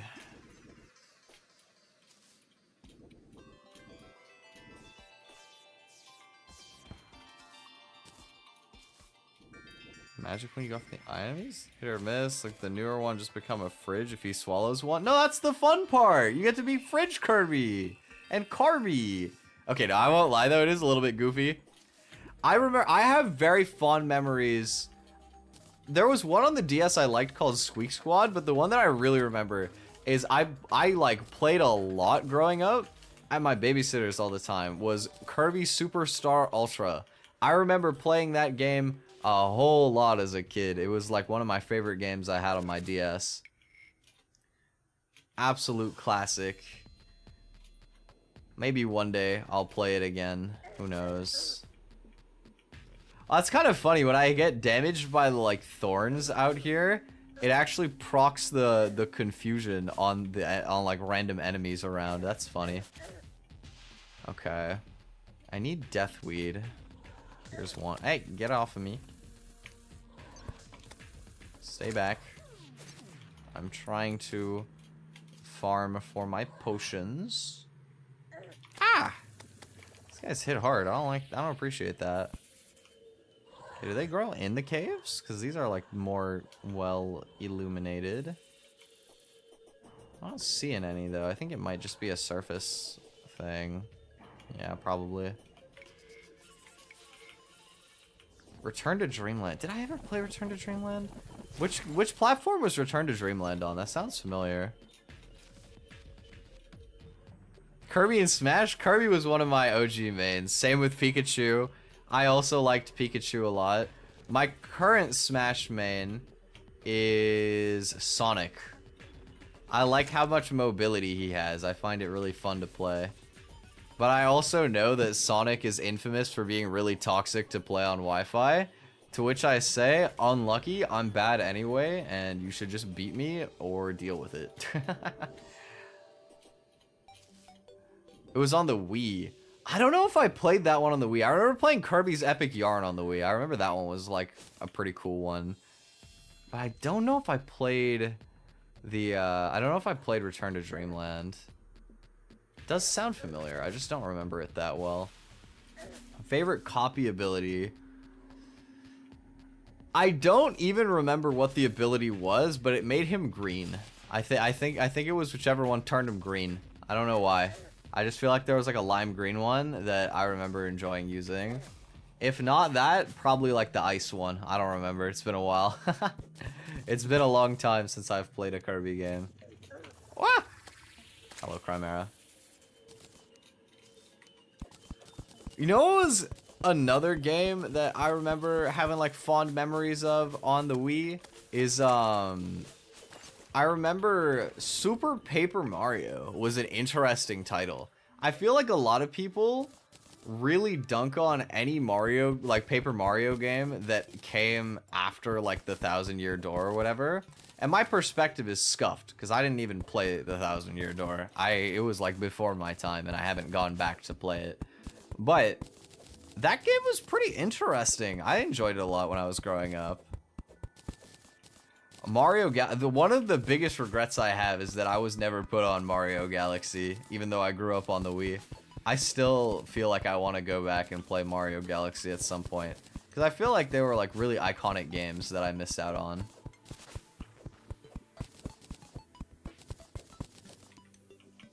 Favorite Pokemon game? My favorite Pokemon game would probably be... I don't know. It's complicated. Platinum, well, like Diamond and Pearl were my first, and obviously I think Diamond and Pearl were scuffed, but Platinum was a good remake. That being said, it's really close for me between Black and White or Scarlet and Violet. I think Scarlet and Violet had the best story of any Pokemon game, and like the gameplay was fun, but it was very poorly optimized. You know, it was kind of rushed. I think, that being said though, like it was still good in a lot of ways, and Black and White was just really well put together for its time. It was very fun, very memorable.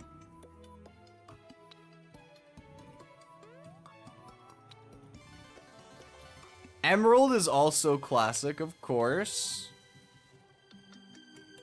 Fire Red is like a rare opinion, I feel like. That's interesting. Sapphire and Ruby, of course. X and Y or Sun and Moon? I also enjoyed X and Y and Sun and Moon a lot. I think a lot of people hated on both games, especially X and Y got like a lot of, I would say, unjust hate. I think they were fun games, to be honest. They had a great aesthetic. They played fairly well.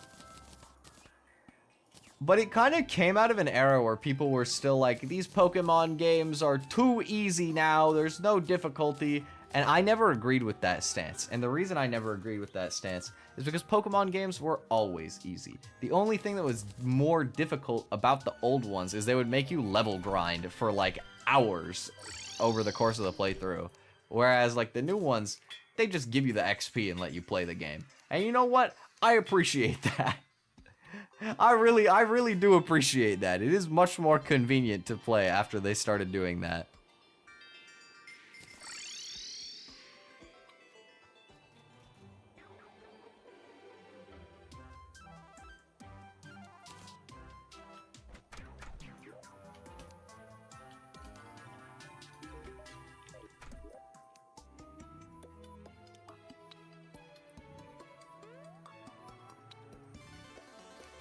Alright, let me see. I need to get... Right, I wanted to use the shark tooth necklace that I thought I had. Do I not have a shark tooth necklace? Oh yeah, no, I never got one. Okay, probably Band of Regen in that case. Or Celestial Magnet is kind of good in this fight too. Just to make sure I keep my mana up as I kill the Hungries. I kind of do like that, yeah. Okay, let's get reforges on all of my accessories. How much money do I have? And let's see what needs them the most. This is hasty, definitely. How much do I have? I have 2 platinum, 2.5 platinum. Okay. Menacing, perfect. Armored, I'll take that. Quick, fleeting, hard, wild, spiked, please. Come on. Lucky, sure. Crit chance. Lightning boots being quick. Yeah, I'll settle for that. That's fine. Extra run speed's not too bad. I'll keep that. And more defense maybe on this would be nice. Lucky, okay. We'll just take the damage accessories. Oh, I only used 50 gold on that. That wasn't that bad. Okay. So, we have the big fight coming up. Our showdown versus the Wall of Flesh. This is a big moment. Not only because oh wait, I really should get more fishing bait before I actually commit to this. Hold on. Wait. Where's my bug net? Here it is. I have one last preparatory action I need to take. And that is, I need to make sure that I have a lot of fishing bait, because we're going to immediately be off to fish for the Crystal Serpent, and I don't want to run out of bait while I do that. So, we need more worms. And then we can finally take on the Wall of Flesh and move into the second phase of the game. Take your recall potions off your hotbar. Okay, well, I don't think that there would be any temptation to avoid. Maybe a horrific misclick or something would be tragic, but I know how it works. You can't recall against a Wall of Flesh. If you recall, you die. I know how it is. You gotta win this fight, or else it's over. You just get sent packing. You gotta start the run all over again.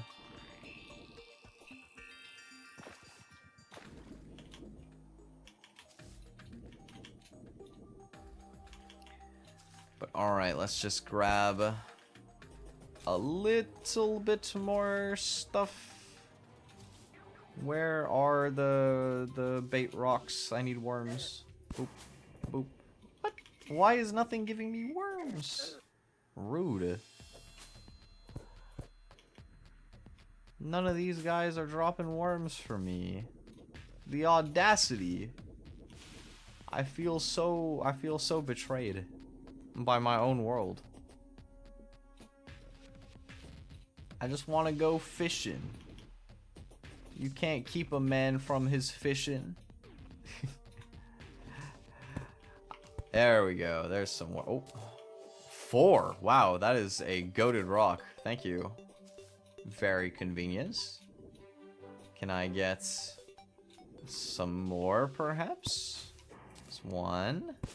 There's another 1. Deathweed, just because I can.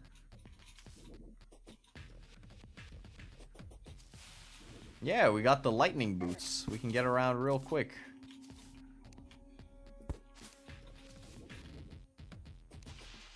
It's part of the fun of like Terraria's progression is that your movement scales like a lot with your damage. Well, I think that's like one of the most satisfying parts of Terraria is a lot of your progression is like correlated to movement scaling, and that is really fun. It's just fun to be able to get around more easily as the run goes on.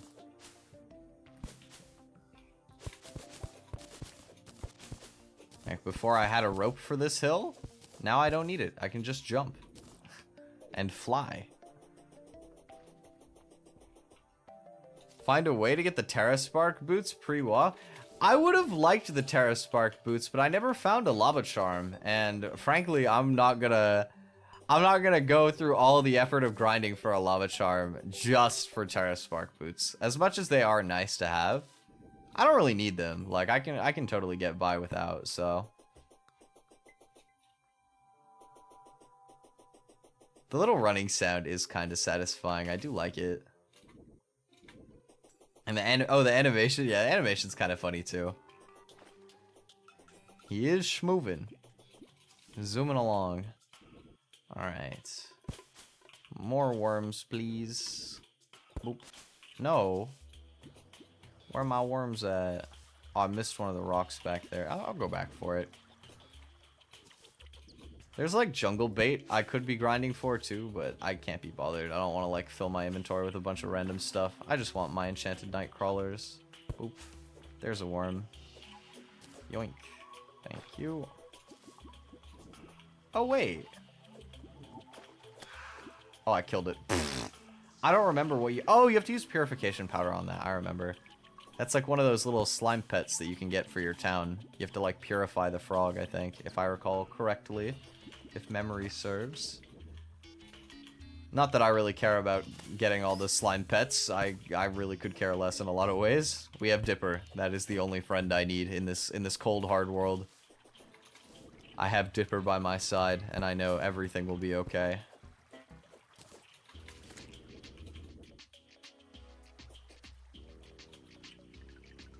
Wait! I have a magma stone. You can do that? Oh, yo, that's sick. I didn't know about that shimmer interaction. Wait, maybe we can get Terra Spark boots.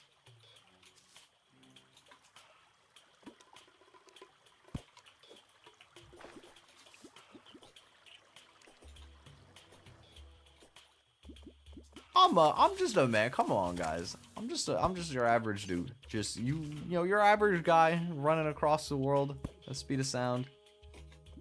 Rolling around at the speed of sound.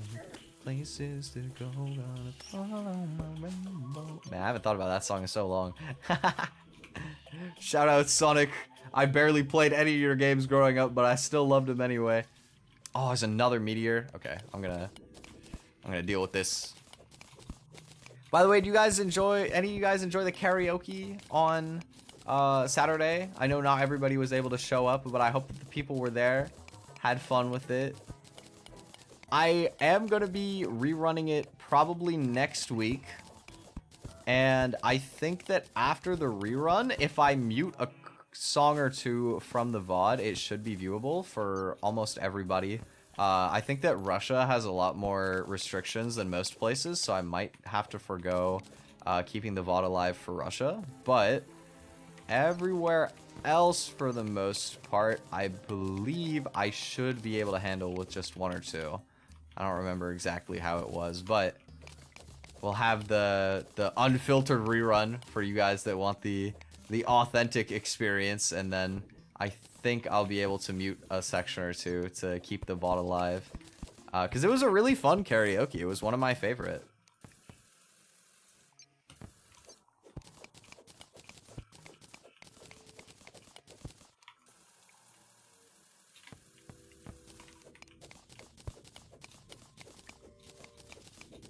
Yeah, I don't want to get too much into the geopolitics of the situation, but, you know, that's okay. The point is, most of you guys will be able to see the karaoke if you want to later, and I think that that's great. Because it was fun. It's been so long since we've done it.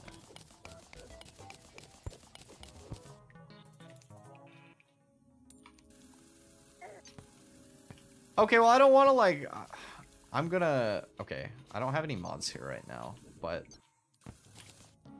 I'm gonna, like, very quickly... I'm sorry, I'm gonna time you for, like, 5 minutes. Just... I don't appreciate, like... I'm not saying this necessarily because I am, like, pro-Russia or anything like that. I'm not. But... In terms of, like, geopolitical stuff, I don't want to get into geopolitical stuff. But I also don't think that this is a space for that.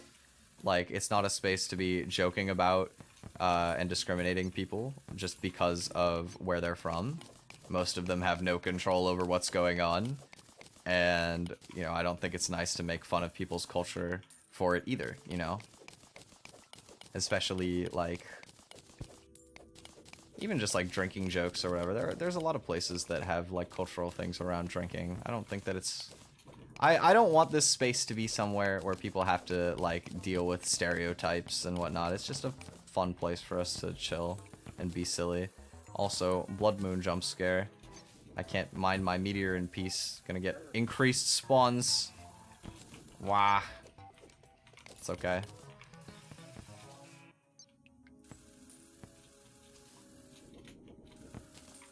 Okay, I think I'm gonna have to come back for this meteor later. A, because I'm taking more damage than I want.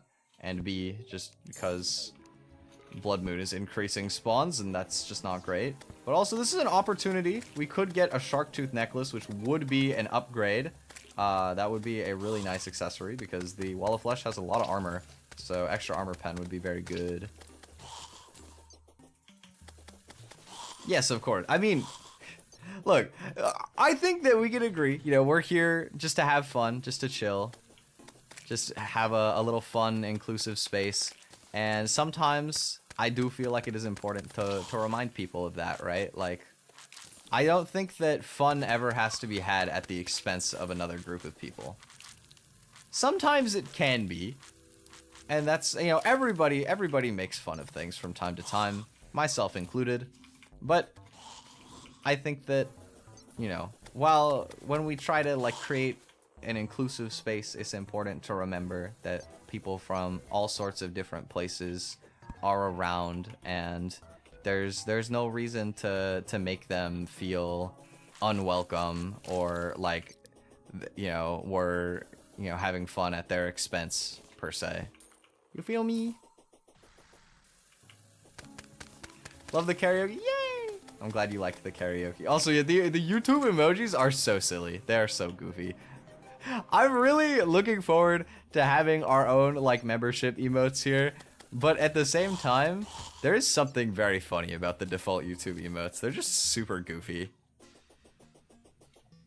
We're just making parodies of everything.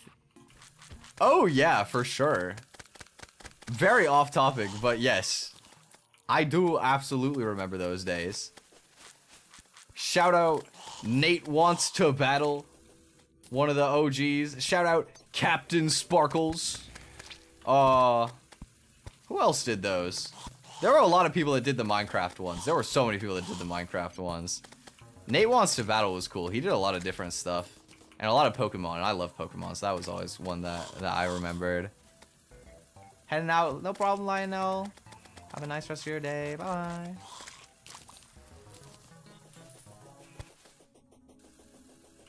How close am I to the watch time goal? I haven't checked in a bit, but we've been making very swimming progress. I know we're somewhere in between 24 and 2,500 out of 3,000 watch hours, I believe. So, definitely looking at monetization by the end of the year, I would say. Or at least I can apply for it in that time. I don't know if you get approved right away. I honestly have no idea. But, I mean, I should, right? You know, I have like way more subscribers than is the required amount too, so hopefully should be good.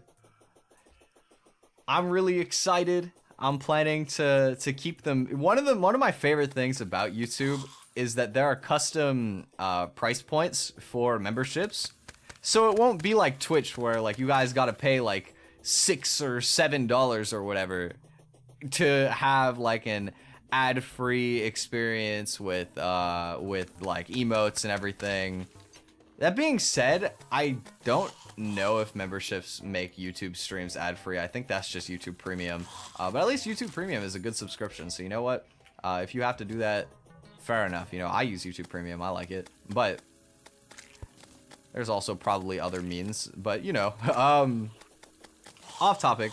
For the emotes, which I think is what most people are looking for when they're subscribing to like a live streamer, you can set that stuff at basically any price you want. So I'm gonna be able to have much more affordable rates for people, and there's different tiers as well. And something I like about YouTube memberships too is because I used to stream on Twitch, right? So when you're on Twitch, you'll have like subs that are tier 1, 2, and 3. But all it does is like you get your tier 1 emote slots, and then tier 2 and 3 you get like an extra 1 or 2 emote slots that are exclusively for those people. And that's it. That you can't do anything beyond that. That's the only like tangible difference that you can stick into that system.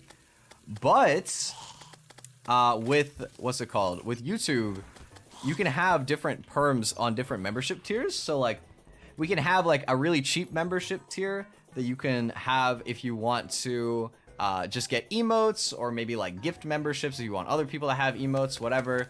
That'll be like an option. And then you can also have like a slightly higher price tier that can have access to like members only streams or videos or things like that. So we can have like members content. But you know, if you can't afford that, or you don't want to support that much financially, which nobody is obligated to support at all financially, you don't have to. But at least that way, more people could afford emotes if they want them, and I think that that's dope. Because one of the things that I think is the most like stark difference when you come from Twitch to YouTube is on Twitch, like, you know, let's say you have Amazon Prime, for example. You get your Prime sub. You sub to a channel you like, you get their emotes, and you can use those emotes in any channel. So even though you only get like 1 free sub or whatever, at least you can use it in a lot of places. Because subbing to like a bunch of different channels, that's pretty expensive.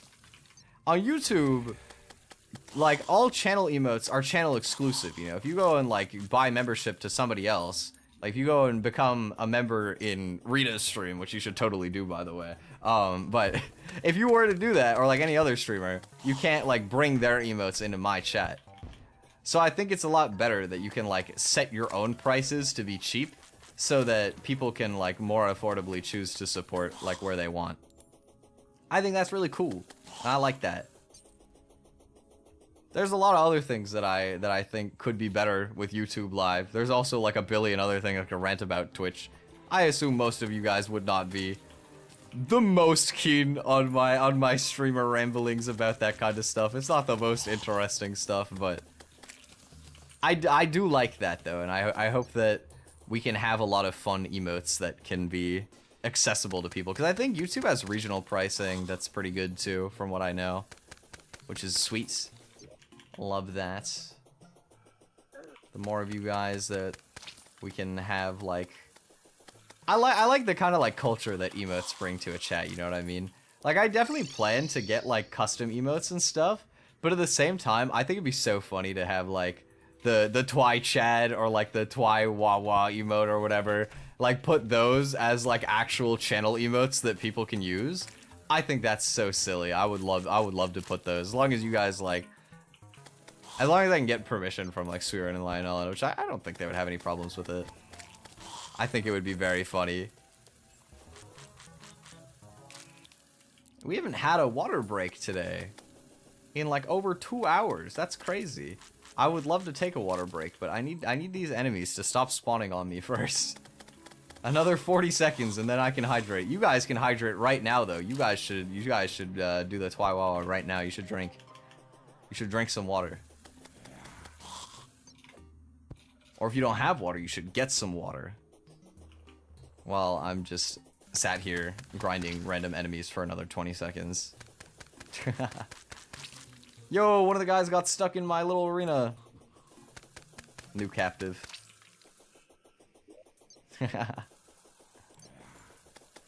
Alright, 4, 3. Okay, I think I can pull out my water.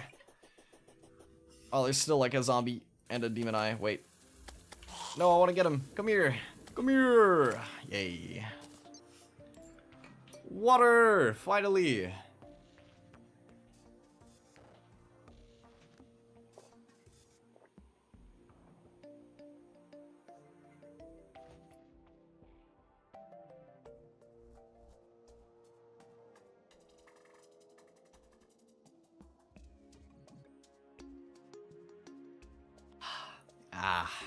I drank almost the entire bottle. Oh, excuse me. Almost chugged the whole thing. I was thirsty. This is why you gotta stay hydrated regularly. Don't be like me today. I just wasn't thinking about it. And then as soon as I picked up the water, I drank like over half of the bottle. Getting orange juice. Oh, orange juice is pretty nice, though. Respect, respect. Okay.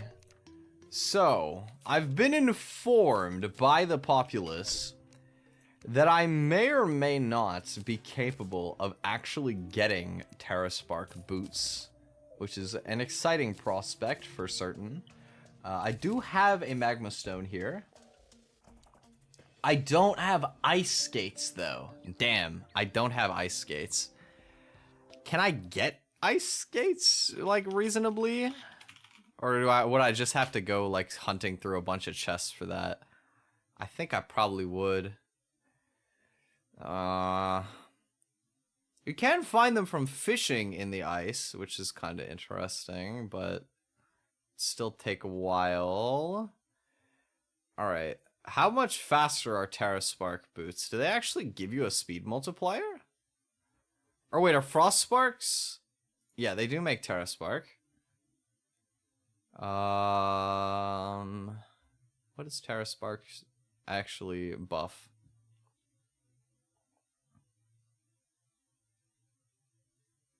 Is it the same as lightning boots?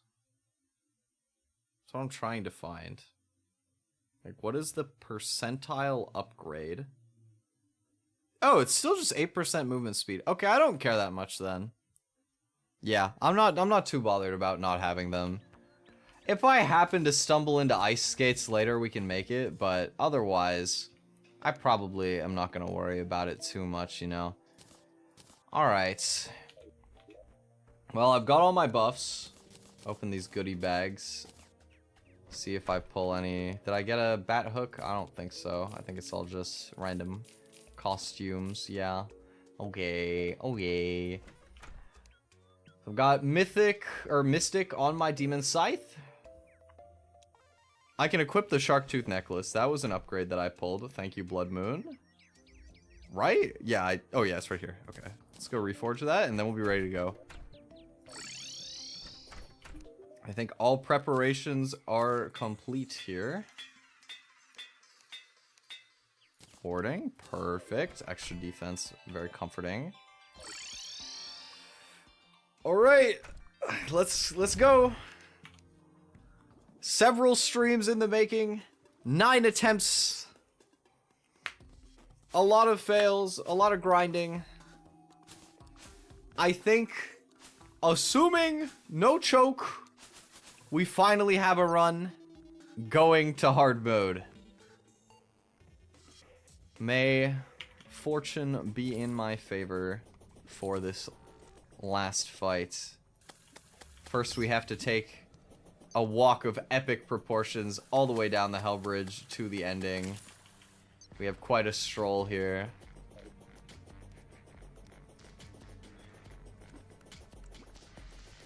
Honeycomb. Oh, I forgot I can make that. Okay, well, that is an upgrade that I can do.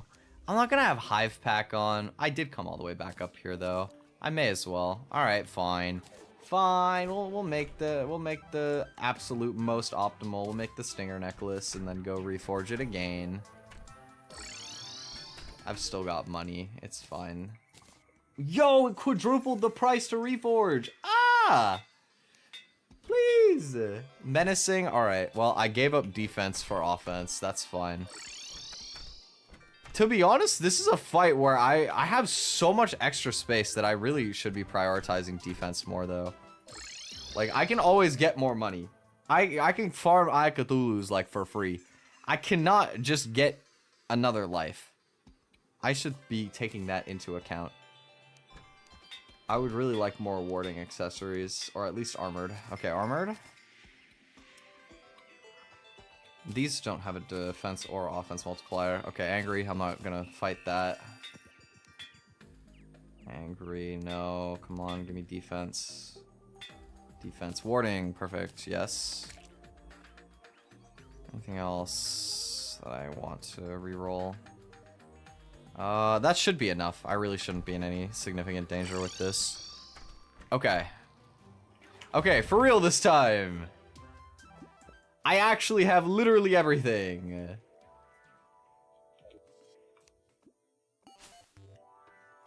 Let's Do this. 35 defense.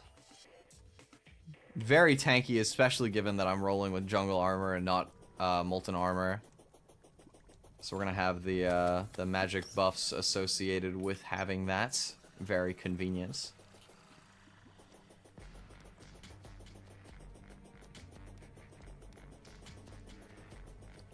Oof. It's like an intimidating like walk all the way down the platform. You gotta run all the way down, knowing that at the end lies a big, like, pivotal moment for the run. Definitely a little nervous, but excited. I haven't got into hard mode very often. I've only made it 2 times before in all of my hardcore attempts on this game over the years, which is a decent amount actually. Only twice have I made it out of pre-hard mode. So I am quite excited to potentially be taking my 3rd stab at this on the hardcore mage challenge, no less. I always wanted to do this as a hardcore mage.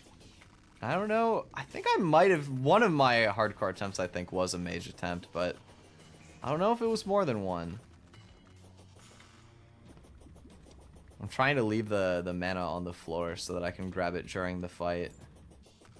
That's what all those little muffins are, because it's Halloween time, they have the different sprites than usual. It's kind of fun. It's gonna be weird, I almost never actually have the Demon Scythe available to me to be using. But it'll be... I think it's pretty much the best weapon that a mage can run on the Wall of Flesh. The B-gun is more than good enough, but I think the Demon Scythe is a little stronger, especially since it opens up an accessory slot from the Hive Pack, which is nice. We're almost there, almost finished our trek. Here we are. We've come all this way. Let's do it. What? There we go. Alright, here we go.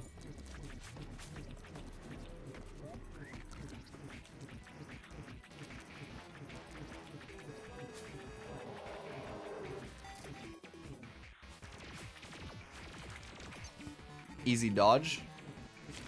I got the brain of Cthulhu to thank for that one. Thank you.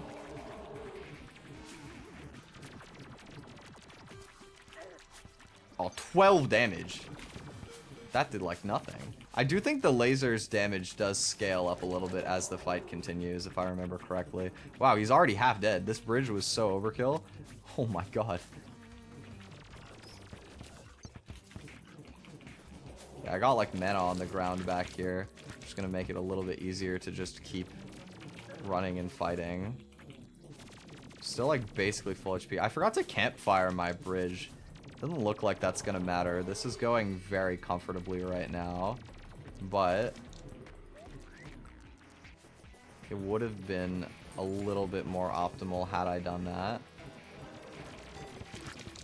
Let him catch up to me a little bit. I'm getting some insane luck with the Brain of Cthulhu dodges too. I've gotten to dodge a lot of lasers for free. I don't even have him on screen right now. How far is he? Okay, he's over there.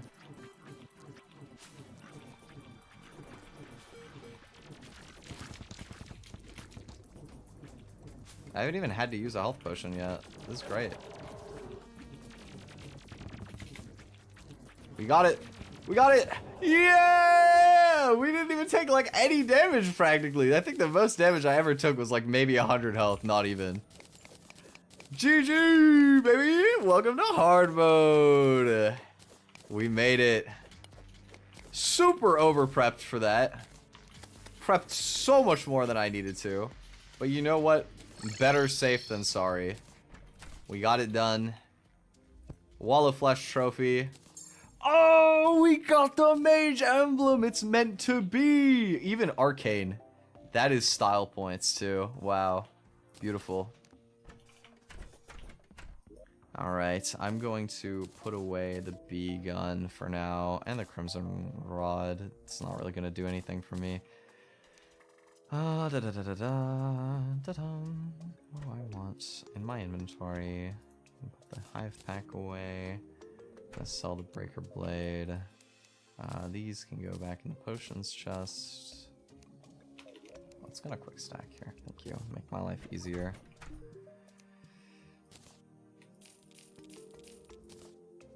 We did unfortunately pull the breaker blade, which is pretty much useless to me, but that's fine. Let's go. Yeah, well, I mean, the Wall of Flesh is not a hard fight in general, but we had all of this, and I think we maybe were like here-ish? Not even? This was where the bridging blocks were, so yeah, it was somewhere like here, maybe. We didn't even use like half of the bridge that I built. It's okay. Much better safe than sorry. Alright, well. First order of business. Go fishing. Let's go fishing! Nah, we're gonna pull it. We need to find the hollowed biome so that we can go fishing. We're playing on master mode, hardcore, because I am fearless. I'm not truly fearless. If I was truly fearless, I would do For the Worthy again, but I don't hate myself that much. Okay, here's our hollowed biome. I see our desert got hollowed. Cool. Is there any naturally occurring, like, lakes out here? Oh, wait, this is actually really convenient if we can get... Yeah. Oh, there's, like, no water here. I'm gonna have to manually build a lake. Okay, fine. Why is it playing jungle music here? Wait, I actually really don't want to mess around with potentially getting jungle spawns. That would be terribly bad. Oh, these guys are tanky. Okay, we could also get the sky missile if we get light shards. That's definitely an angle. So I guess I can see if we have any other hollowed biomes, which we probably don't. And assuming we don't, I will be manually building a hollowed lake, which means I will need to grab a water bucket after that. I have to be really careful treading through the jungle here, because the jungle is very deadly. I would not be surprised if a giant turtle could literally one-shot me at this point in the game. Dude, my stress levels just walking through here are so high. Please. Just keep it nice and chill. No enemies. Only friends. Okay. We made it out the jungle fine. Thank God. It's the meteor I never finished. Deal with that another time. Don't care. Are water bombs a thing in vanilla? I don't think so. That sounds like a calamity thing or something, or some other mod. I've never heard of water bombs. Dirt bombs are? Yeah. Oh, they are? Huh. I didn't know. Interesting. Okay, and then do we have any hollow on the left? Liquid bombs. Okay, so they are a thing. Huh, I didn't know. Today I learned. Neat. Okay. So we have like two major things that have to happen that I would like to achieve. Oh, this is also really dangerous. If I see a herpling, I might just insta-recall, because herplings are really spooky. But now that we're in hard mode, we need wings and we need a better weapon, if not several better weapons. The wizard would also be a nice NPC to get onto our team here. Would be very helpful. Dark mummy, I don't need. I'm not planning to go for like spirit lamp or anything. I don't want to deal with any enemies particularly right now. I'm just simply trying to run through to check if any of my crimson got hollowed or if it's all just going to stay crimson. Does look like it's just going to stay crimson, at least over here where the lake is. I am curious as well. I would imagine my ocean has become crimson, but I don't know for sure. We're just doing some scouting tonight. No mech bosses can spawn because I haven't broken any altars yet, so we can take a little more time to prep before we do all of that. But I think pirates are still technically possible, which would suck because I don't have a good weapon for them. Being said, I can't deal with them though if it comes to it. Okay, so I'm gonna, it's nighttime. I'm gonna box my doors in and just sleep. I don't want to deal with the nighttime. Oh, you need to go fishing in hell to get it? That would explain why I've never run into them. That's such a pain to do.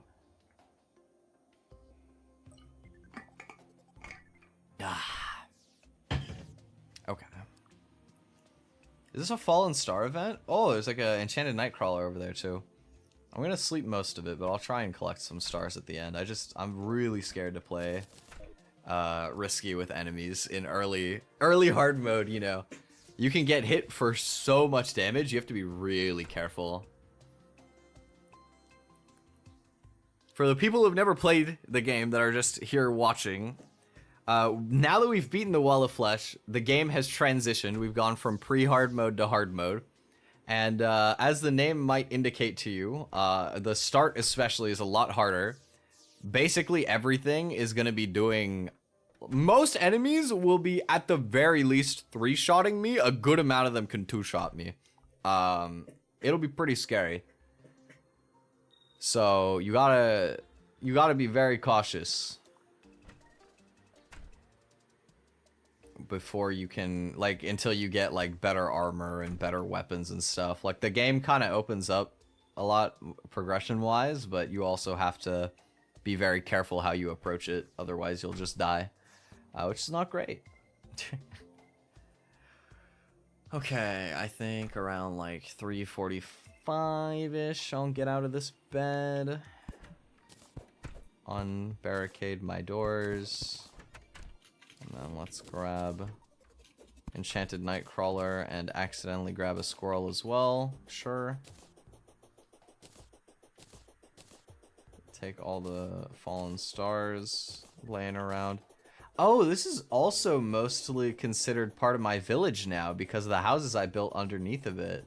That's actually really convenient. It keeps the enemies away a lot further. That's nice. I appreciate that. The herb farm is free game for them, unfortunately. This side. Yeah. One of these guys. Demon Scythe is a good amount stronger, at least. It's kind of not, though. It's okay. There we go. Alright. 20 fallen stars. Good haul, good haul. Nice to keep these around. And you can have my squirrel, Mr. Merchant. I don't know what you're going to do with that squirrel. I don't know why you want to buy him from me, but enjoy. Alright. You guys ready to do the infinite water glitch? I think I have water by the jungle pylon, so I'll go here carefully, grab some water, and I'm out over to the desert pylon. And we are going to build a lake here in the hollow desert.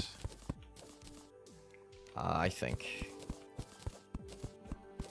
Because there's a lot of good stuff that you can get from desert fishing too, so I would be quite content to do some fishing here.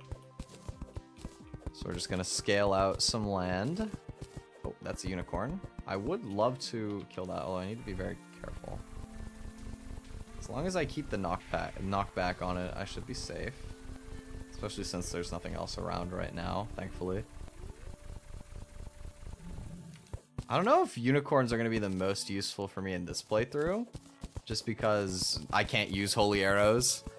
Normally, I think the Destroyer might be one of the scariest fights for me, because normally I would always do that with like Daedalus Stormbow or something. Just cheese it with like holy arrows. I can't do that. I guess there's Meteor Staff, which is like, you know, oh yeah, we got the Daedalus Stormbow at home. The Daedalus Stormbow at home. It's just not, it's not great. But it's not bad either. It uses a ton of mana as well. Which is kind of scary, but it's workable. We'll have to figure it out. I still don't know exactly what the best strategy is going to be for that fight. Magic Harp is also decent, I think. I don't know. I'll have to try some stuff out. Maybe I'll be responsible enough to practice it off stream, or maybe I won't, and maybe I'll just full send it and pray. Okay, this is like way bigger than the lake needs to be, I swear. Okay, let me count how far down we're digging here. So I can just divide whatever number I get by 2. So this is 45 plus 9. What is that? That is 54. So in order to make a 300 block lake, if I'm making 54 block columns, that means that I only really need to do this part 6 times, and I've done it twice. I will do it a little wider than that because I need to leave some extra space at the top. Because if you build right over your lake, it'll actually like not count the water, interestingly enough. But we're gonna make our own homemade hollow lake. And then we're gonna sit here and fish until we get lucky and pull the crystal serpent, and then we're gonna be super chillin' because that weapon goes super hard and it is really epic and it can beat up everything and I love it. One of the most fun weapons in the game, to be honest, and the aesthetic is so nice as well. I love it. You got like these like pink like bursting projectiles. It's really cool. We're also gonna have to get the golden shower, which is one of the funniest named weapons in the game for sure. I never understood it as a kid playing the game. But it's nothing dirty, of course. It's an ichor shower. You shoot a yellow stream of ichor at your opponent, and then they have lowered defense. And to be honest, I think if I got hit with the yellow stream, I would have lower defense too. It makes sense. Lore accurate weapon. 10 out of 10 approve. Oh, this game is stupid in like the dumbest ways sometimes, I swear. Okay.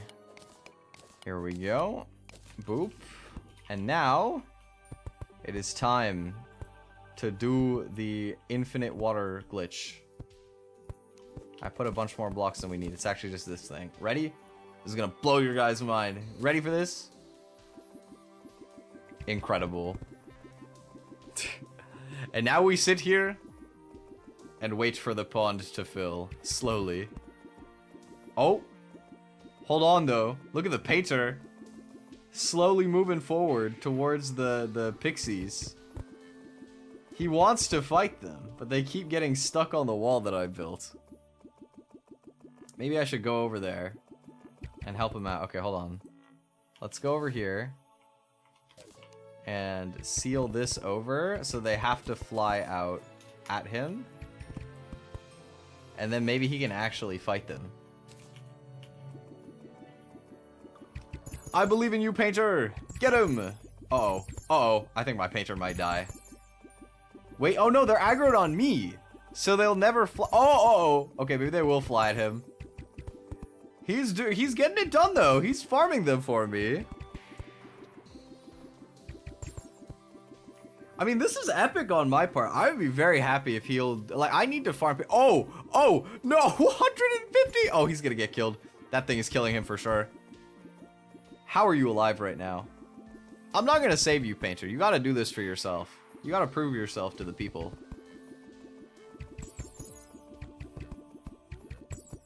Surely you can get at least one of them. Don't go down an absolute loser. The one on the right does seem to be stuck now, which is good for him. I don't want him to get sandwiched. I don't think he can beat them from both sides. Uh-oh. He's running again. Okay. He's gonna beat one. He's gonna beat them, I think. Wait. Let him cook. One. Oh, he's getting it done. Look at the painter. He's clutching.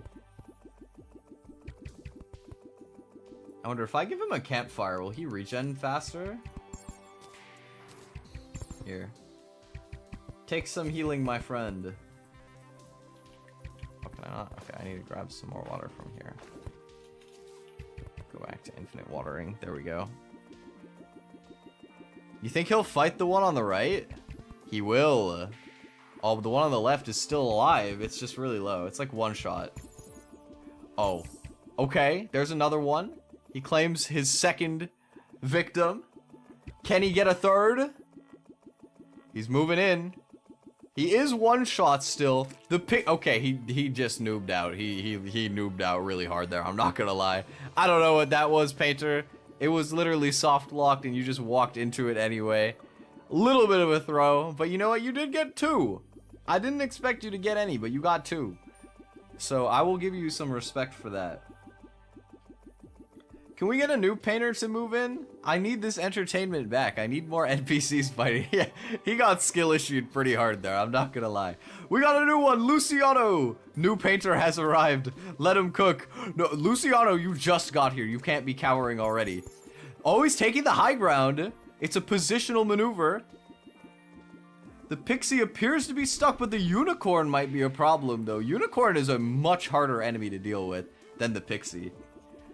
It's gonna be interesting. Let me get the map out of the way so that can I?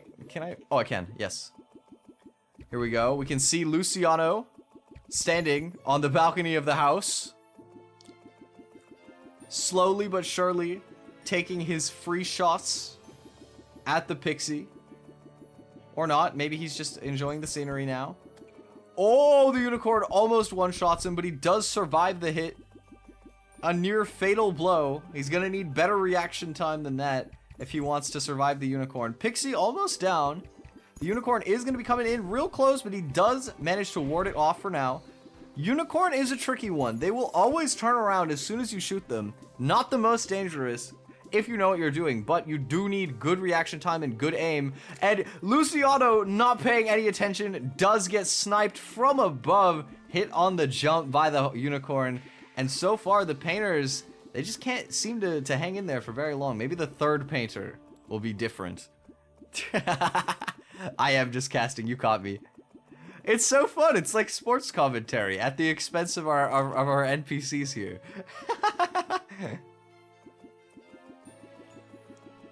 I've told you guys before, I love commentating games. Now, I can't say I've ever experienced commentating Terraria NPCs fighting random enemies.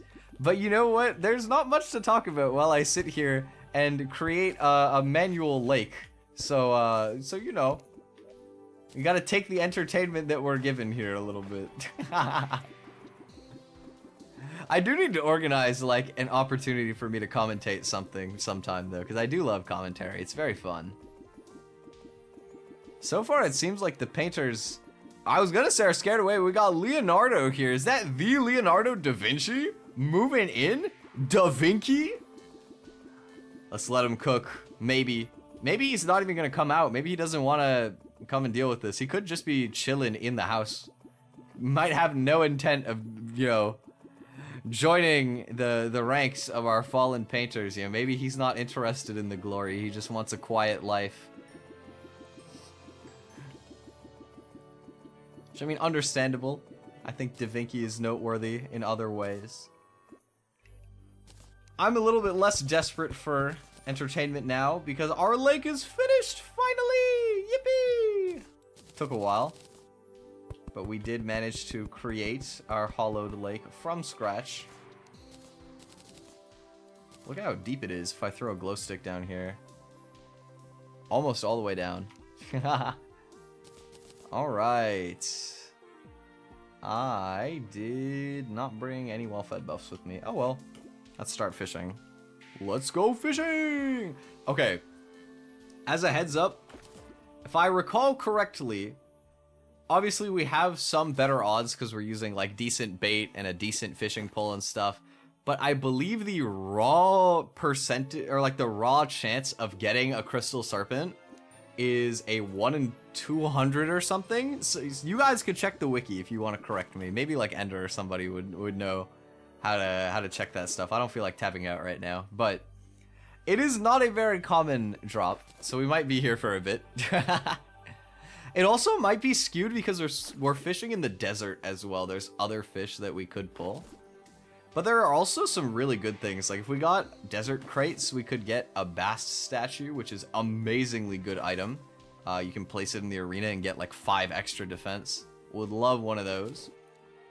We also need Prismite for life force potions. Those are very, very helpful. Because you can never have too much HP. Truly. Having an extra, I think it's 20% HP in a boss fight can be a game changer. That can be a whole extra hit that you're surviving that you would die to otherwise. So it can be quite important in a lot of ways. But the nuances of fishing are kind of interesting in this game. Fishing, I feel like I have, when I was newer to the game, and I have some friends that are still like this, you know, they're like, oh, fishing is so boring, I don't want to fish during my playthroughs, and it's like, to be fair, it's not like the most exciting thing ever sitting here and doing like the fishing, but it's kind of fun. It's very relaxing. You don't have to think like at all. You can just turn your brain off and just sit there, fish. And the benefits, very tangible. There's some very strong items, and especially like potions and stuff in this game that are kind of gate kept behind whether or not you fish, which is kind of silly, to be honest. You really wouldn't think in a game like Terraria, one of the big like proponents would come to the being from fishing, but it is fun that way. Let me make sure that everything is eliminated. I don't know if that'll affect enemy spawns, but I don't want the enemies to spawn in here like really badly, so. Crystal Serpent is extremely rare, which means the chance of catching is your fishing power divided by 4,500 with a maximum of 1 in 6. Well, I don't know what that would calculate out to, but I believe it's somewhere in the 1 in like a couple hundred vicinity.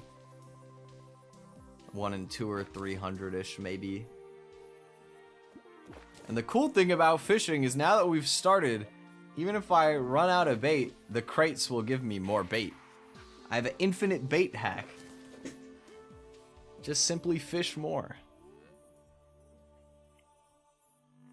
What I should be doing, what I should have done here as well, that I could still do, potentially, is I should have brought a lava bucket and placed lava here so that I would be farming enemies while I fish. That's really efficient. Maybe I should do that, actually. That's pretty smart. That's kind of genius. Wait. Okay. It's gonna require a quick snooze break. The eep. Water break. Hydration check.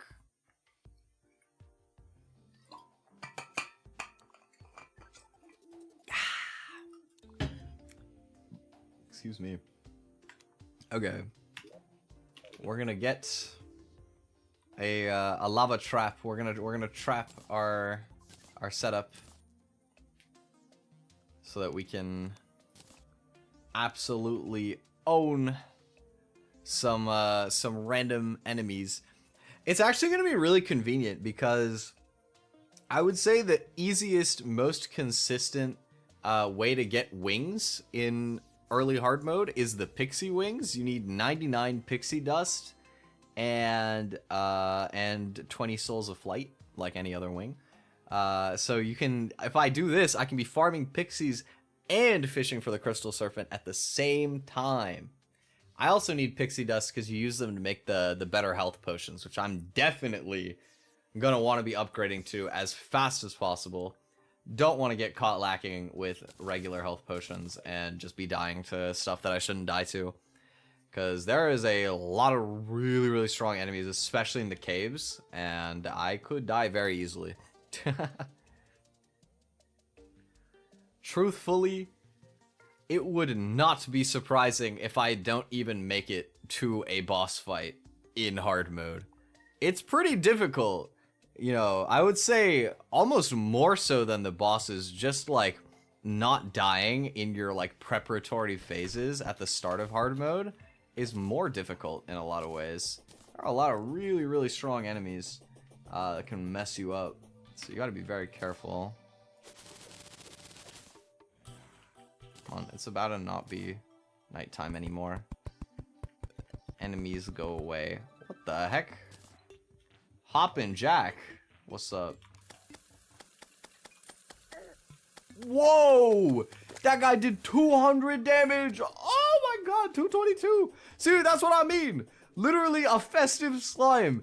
2 shots me! Dude! This is what I'm talking about. Anybody who didn't know before, you know now. Hard mode, don't mess around. If I got chain hit there somehow, I was dead. Literally would have just folded. That's crazy. Oh my god. But yeah, the stakes are quite high. Very scary. In all honesty, there is a lot of real scary stuff that you gotta deal with when you come into hard mode. Okay. Let's make a hard mode chest.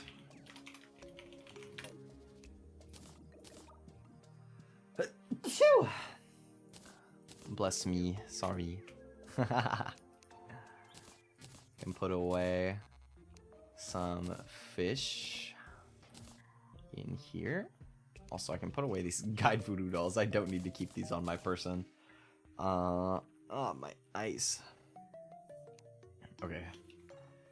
Let's grab a bucket and let's go get some lava.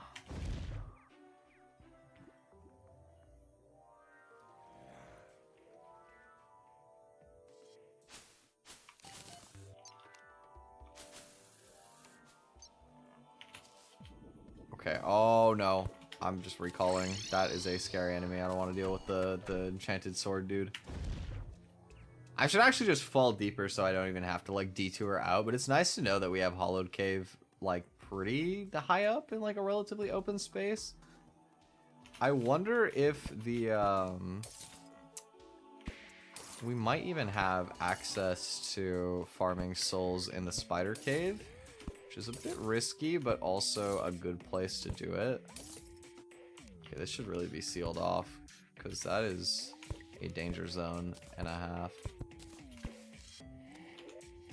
Okay, got some crystal shards on that detour as well, so I'm gonna take the chance to make myself. Can you like get out of the way, Barney? I need to get my water bottles, sir. Move! Get out! Thank you. I'm gonna make some greater healing potions, just so that in the event of disaster striking, I will not fold over so easily. Hopefully, can survive if I end up getting hit by something. And extremely rare catch. There are multiple extremely rare catches like the frog leg, balloon pufferfish, or zephyrfish. Oh, okay, I see. Noted. Okay, I do have my lava bucket, yes. Oh, you're still here. Hello. Oh, team up with me, Leonardo. Yeah, get him. Bang. All right. Let's clear this cactus out the way. You're not gonna want to walk over here, Leonardo. I'm about to pave this entire place with lava. I don't think you wanna stand here. I would advise that you go back inside. Yes. Good. Now stay over there. You do not want to be in the midst of this. Oop. And now we can be farming enemies while fishing. Very efficient system. No! Wait, I need 2 lava buckets because I made it too wide. Damn it. Okay, hold on. Hold on. Let me go get more lava.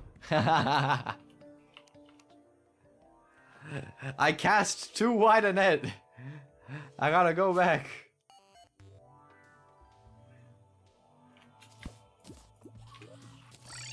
Alright. It's okay. It's simple enough to set it back up. No, Leonardo!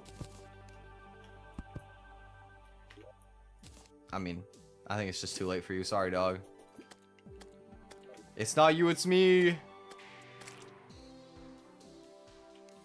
He joined. Another one bites the dust. It's the 3rd painter gone today.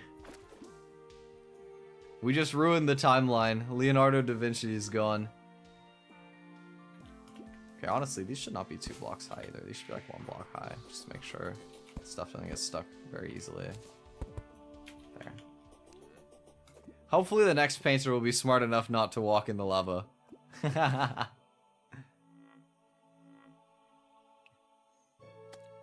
I wouldn't mind farming some slimes for gel as well. That's not bad either. So I want to see if this actually does work on the pixies. Ah, okay. They're being annoying. Come on, over the hump. I believe in you. Okay. Tell you what, if I like hammer this out, maybe I can. I think I know how I can get this to work. If I take this block and I make it a slope. Yeah, I'm a genius. I got him. I engineered it. And now we have optimized enemy farming while we fish. I'm so smart. Look at me. My cousin might be a real engineer, but you know what? I figured out how to create a lava trap in Terraria.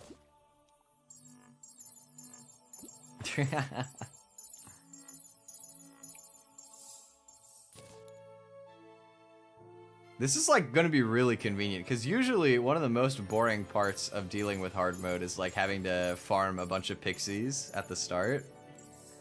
So this is just gonna like give us both at the same time. It's like doing an AFK farm, except I get to be fishing at the same time. I will say though, I am gonna go in and turn the sound effect volume way down, so that we don't have to hear the little like from the pixies like over and over, like really loudly. We must muffle their screams. Look at them all just flying up here, getting stuck. It's perfect. I feel like an evil scientist right now. Behold, Perry the Platypus, my pixie burninator.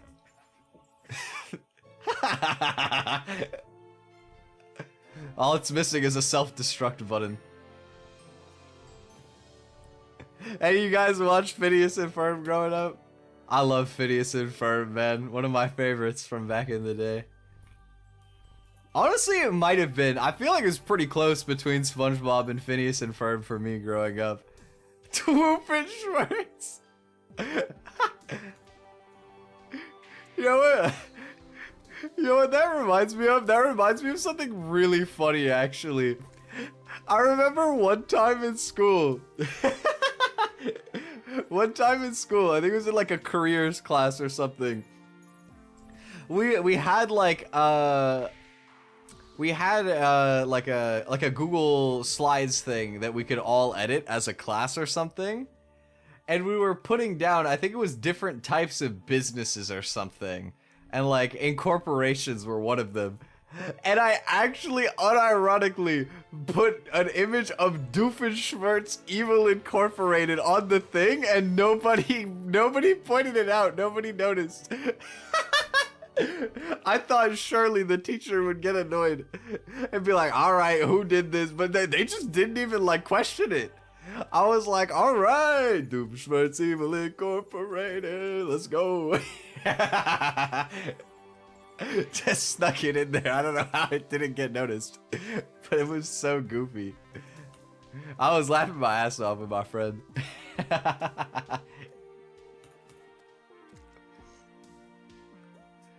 I always like to make that stuff like really silly. I would always come up with like goofy ass shit when we were doing stuff like that.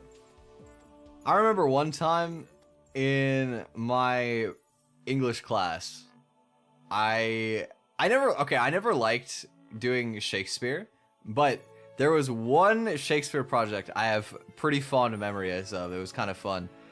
We did Romeo and Juliet back in like grade 9, and we had to do a project where it was like, if you could bring one item into the universe of Romeo and Juliet to like change the story, or like you had to like prevent something. I couldn't remember exactly what it was because it's been a long time since I remember the story, but You could bring one item with you. And a lot of kids did the really lazy choice. They picked a cell phone, and it doesn't make sense because there would have been no like cell support back then. But the teacher allowed it, right? He was willing to allow it. So that was the cop-out. But me, I was cooking. I don't remember how I justified it, but I chose a solar-powered refrigerator. Like a fridge that had like solar panels on top to circumvent the lack of electricity in that era. And it was such a goofy solution. But I remember I scored almost 100% on that assignment. Like whatever it was, I cooked. I don't know what I was thinking about back then. But I had some sort of theory crafting. There was like a method to the madness behind that idea. But I had like a little drawing and everything of like a little mini fridge with like a solar panel on top. For the life of me, I cannot remember. It has something to do with like the ball that they met at, I think. But I can't remember how circumstantially it would have played out to matter. I just have very vague memories of doing the solar-powered fridge and being like, I'm a genius! This is epic. Really stupid solution. I think the only other Shakespeare project I remember, it wasn't much of a project. We had to do like a play as the entire class. We would like be assigned different sections of whichever book we did. I honestly don't even remember which Shakespeare story it was. It was like about some Scottish guy. It was some Scottish guy. Macbeth, I think. I think it was Macbeth. And I got to play as some drunk guy who gave one really cool speech one time and then just like dipped forever. And that was perfect for me because I only had to remember one scene. And it was fun to act out. I didn't like Shakespeare or acting that much at the time, but I had fun with it. And I remember as a prop, this is one of the most annoying memories I have from all of high school. As a prop, I got a bottle of ginger ale that had like one of those caps that's the exact same as if you get like a glass bottle of like beer, where you got to use like a little bottle opener to get it open or whatever. And so I didn't bring a bottle opener because I forgot about that entirely. And we were trying to get it open, but we couldn't get the bottle to open. So I was like, okay, I'll just pretend to drink it then. I'll just have the cap on and act like it's not. I'll like fake take a swig where I'm supposed to. It's fine, right? And so I do that. It goes great. I put the bottle back in my bag and I don't think twice about it. I'm like, all right, I'll go home. I'll open it. I'll drink it at home. It's fine.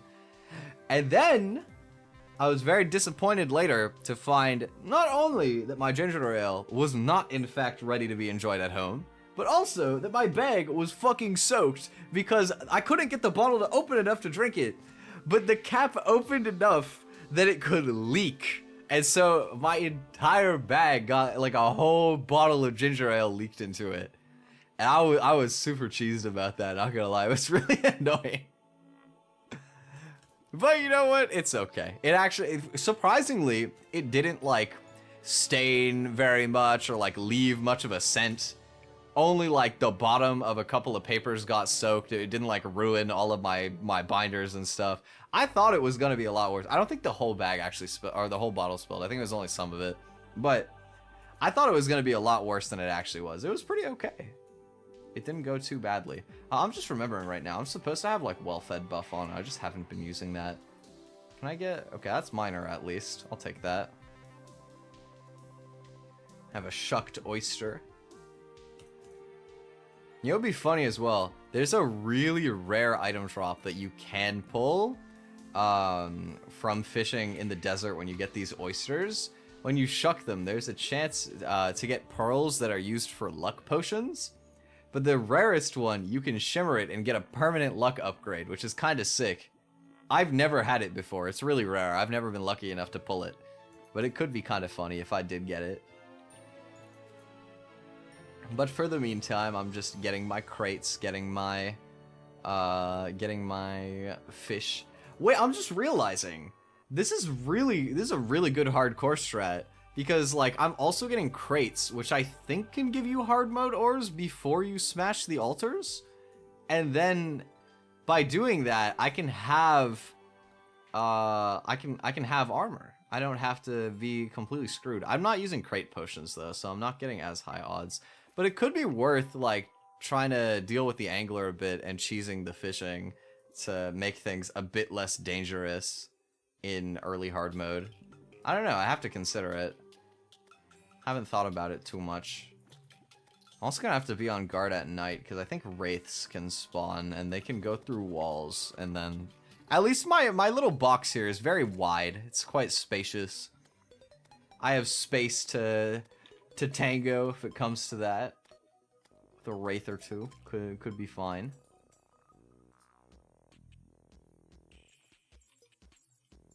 I don't know why at night the hollow music changes to just being desert music, even though in the daytime it's hollow music. That's kind of weird. I didn't know about that. Interesting.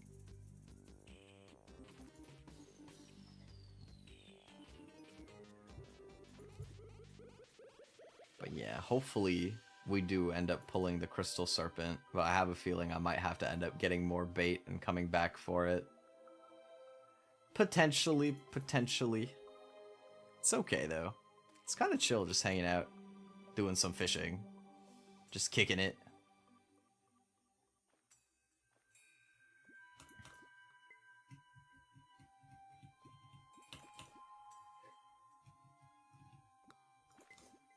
You know, something kind of like off topic that I wanna share with you guys. I am currently, so like right now, I've been chilling. I've been taking it a little bit easy since I've had some projects I've been working on that are pretty much all finished right now. I can finally like kick back for a bit. You know, my friend is coming out for like at the end of this week for basically the rest of the month. I'm really excited to like kick it. But in November, I have a lot of stuff that I have to like deal with. You know, like I have a couple projects that are starting up. I have to study for JLPT in December. We're going to be doing the streams as normal, of course. But the main thing is I need to go back on the job hunt. You guys who've been around for a bit might know back in like, I think August and September a bit, I was really trying to land a part-time. I never did get one. I applied for like almost 100 positions. And I got exactly one interview, and I did not land that job, unfortunately. It's very difficult, honestly. It's very difficult. I'm hoping that with the like new stream time slots, I might be able to like commit more to closing shifts, and maybe they'll like appreciate that. Because last time I tried, I was streaming evenings still, so it meant that I could like barely do morning shifts on the other days.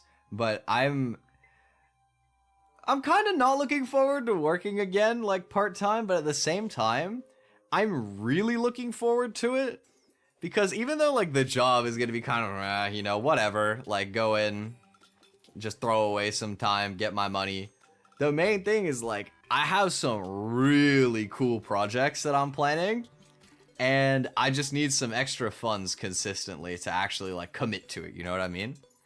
So, I'm gonna, like, go really hard on the job hunt in November, and hopefully I can either get like a seasonal job or a part-time job or whatever, because if I do, you guys are gonna see some very cool stuff in 2025 if I can secure myself that way to just get a little bit more available to me. I think it'll be really cool. I still have a lot of cool stuff planned, even if I fail. Like, and I mean, I should be able to find something. It just might take me longer than I'm expecting. But a lot of this stuff will be long time in the works, so even if it takes me a few months to get a job, it's not like a huge deal. But you know, I got some cool stuff cooking, and also the government still owes me a bunch of money, so hopefully I can actually get that claimed soon. It's funny, normally, like, you know, you would be expecting to owe the government money, if anything. But I've had to be, like, in the opposite situation, because I had, like, tax returns that never got paid out to me properly. And I've been having to, like, hunt them down, like, hey, like, you know, like, give me the forms so that I can get my money already. Like, please. The Twi The only thing scarier than the IRS is the Twi RS. They're coming for you. Not even they, he is coming for you. Yeah. Big excite for 2025 indeed. I got a lot of stuff planned. Should be fun. Alright. Anything good from these crates? We got some okay stuff. I'm getting a lot of money from doing this too. This is great. We did get some bait. We also are starting to collect some hard mode ores, which is really good. Okay, so if I commit to the fishing strategy, I can actually, like, unironically get hard mode armor pre, like, altars, which is insane. That would be so good. That would just make me feel so much more secure, because that means that I don't have to go mining either. I don't even have to do the mining. Wait, that means that I can completely stall them until I'm ready to fight mechs if I want to. Oh, that's huge. This is totally the strat. This is 100% the strat for hardcore. It's boring a little bit more, but it's really safe, and I value safety a lot when I'm playing hardcore. Surprise. I'm gonna need to get some more fishing bait. Ideally. Or, I don't know if I necessarily need more. I want to see what I can use this white pearl for. I don't remember what the white pearl is for. I know there's white, pink, and black, and I think that that's the scaling order of rarity, but I could be wrong. I think it's for, like, yeah, lesser luck potion. Pink is for luck potion. Or no, is it black for... One of the other ones is for, like, a regular luck potion. And then the other one... gives you a permanent buff when you shimmer it for luck. I don't remember which one is the rare one. Black is luck, pink is greater luck, and shimmer luck upgrade. Okay, yeah. Gotcha. How do I make this potion? A ladybug and a water leaf. Do I have ladybugs? I hope I have a ladybug. Let's go see. I do not. I have fireflies. Rip. Have to save that for a windy day. Stick this in here. I'll take my fireflies too. You can't make lightning bugs out of fireflies, right? They're like just a completely separate bug, I think. Okay, I want the guide closer. Clothier, get out of the way. You go over in like the furthest house. I don't care about you. Firefly. What the heck is that? Wandering Jingasa. Oh, it's like a vanity hat. Oh, and a yukata and a geta. Oh, interesting. They got like a little Japanese clothing thing. That's cool. I didn't know about that. Interesting. Okay, and then you can also take these, and then I would like a medium well-fed buff, please. Sashimi will do the trick. Boop. What? One of my painters die or something? Must have been the painter again. Let's see. Yep, no painter. SMH. SMHing my head, bro. Painter died again. List of people surprised. Thank you for coming to my TED Talk.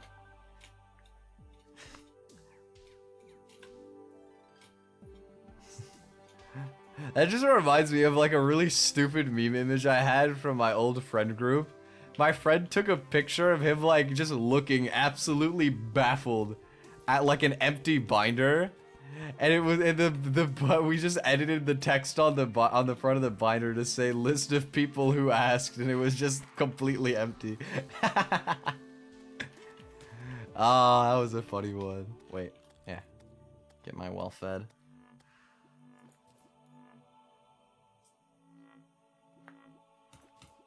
I kind of miss having like really stupid meme like screenshots like that. Might have to make some with Twi at some point.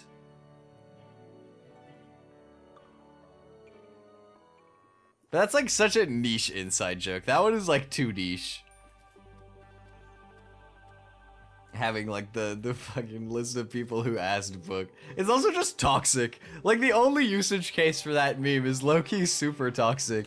But it is funny though. Maybe I should have brought a water candle with me here as well so that I could get extra mob spawns. Extra farmage. Could have been a reasonable choice.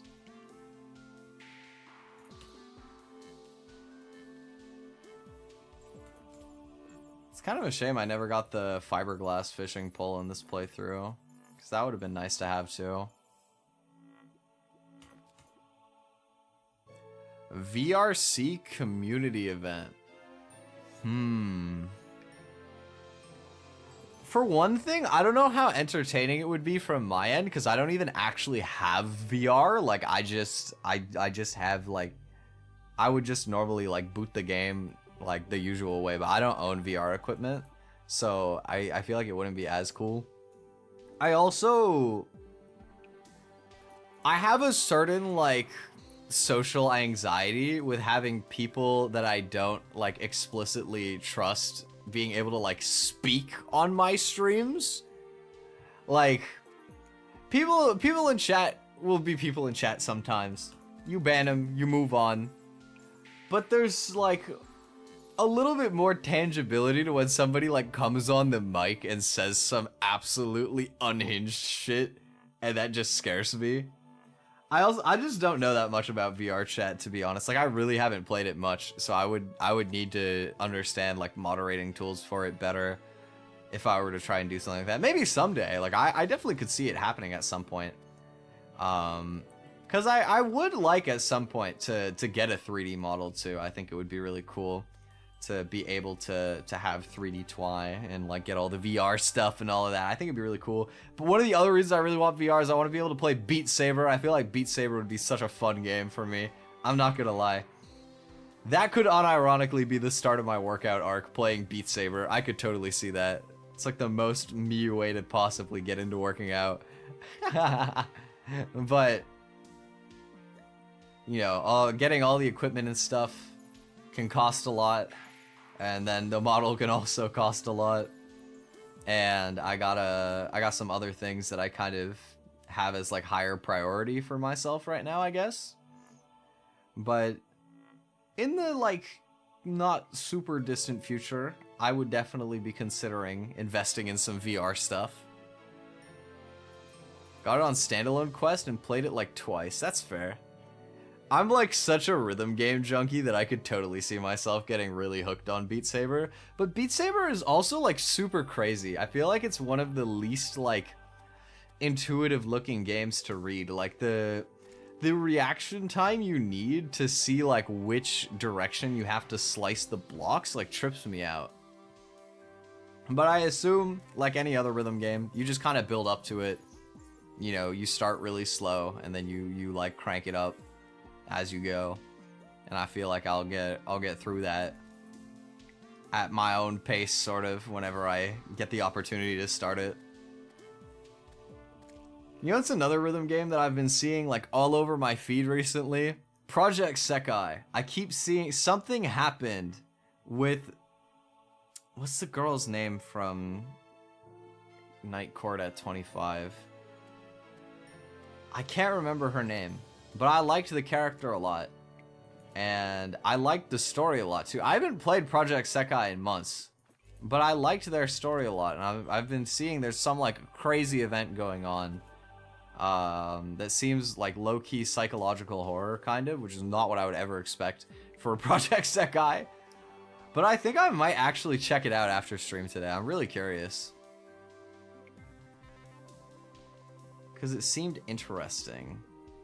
And, like, I think my favorite song that I ever found out of Project Sekai is probably ID Smile, which is, like, all about the girl that is, like, being discussed in there. Actually, I don't know what their pronouns are. I have no idea, because I think part of the big thing that's going on is, like, they got outed as being, like, trans or something, which if they actually have, like, a male to female character in Project Sekai, like, if that is, like, canon, that is awesome rep. I won't lie, that's so cool. But I'm just curious to see it. I don't want to get spoiled. If anybody actually knows what I'm talking about, like, don't spoil me, please. But I've been seeing it like all over Twitter, and I'm like, I'm just really curious now. I have to go back and look. I always feel like indecisive about playing the game because it keeps making you do like such big updates all the time on mobile, and I don't like having to do that on mobile, but I can always uninstall it later if I need the storage space for something, or I can uninstall something else. Like, there'll always be room. So I want to check it out because the story intrigues me.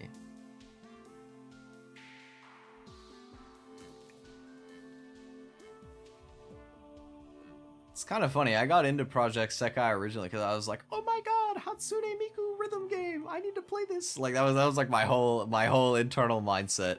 The only reason I picked it up is because it was Hatsune Miku, and I was like, "I want to listen to Miku songs and play rhythm game on my phone. That sounds fun." And then, honestly, like unexpectedly, the story arcs actually like quite good. I did not expect to get good like story out of a rhythm game.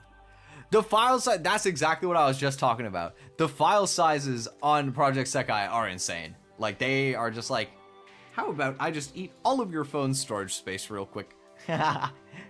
It's crazy, to be honest, but what's your favorite group? Okay, so I don't think I finished all of the storylines, but let me think back. So what were all the groups again? There was Leonid, there was Vivid Bad Squad, there was the circus one that I can't remember the name of, there was Night Court at 25, and there's one more that I'm forgetting, I think. Wait, help me remember. I think my favorite group was probably Night Court at 25, but Vivid Bad Squad also had some really good songs. I don't think I finished the Vivid Bad Squad story though. Oh, I'm trying to remember so hard now. Wait. Oh, More Jump. Oh, I love More Jump. How did I almost completely forget them? More Jump literally might be my favorite group. Honestly, it's really close between More Jump and Night Court at 25, I think. I think those two are like pretty much like really closely tied for my favorites, and then Vivid Bad Squad probably comes after. And then I don't care that much about Leonid or the like circusy one. They were both good groups. I enjoyed them. It's just that it wasn't like, it didn't like resonate with me as much. But the story for the circus one was kind of good too, though, actually, from what I remember. Man, it's been so long trying to recall all this stuff. But there's a lot of cool stuff. A lot of good groups. What's your favorite group? I'm curious. I know they didn't really have story, but I like the virtual group too. I love Vocaloids, so you know, it was cool seeing all the Vocaloids like in the game as well. I like hearing all the remixes of these songs with like these music groups that would still include like one of the Vocaloids as a singer. I thought was kind of a neat gimmick.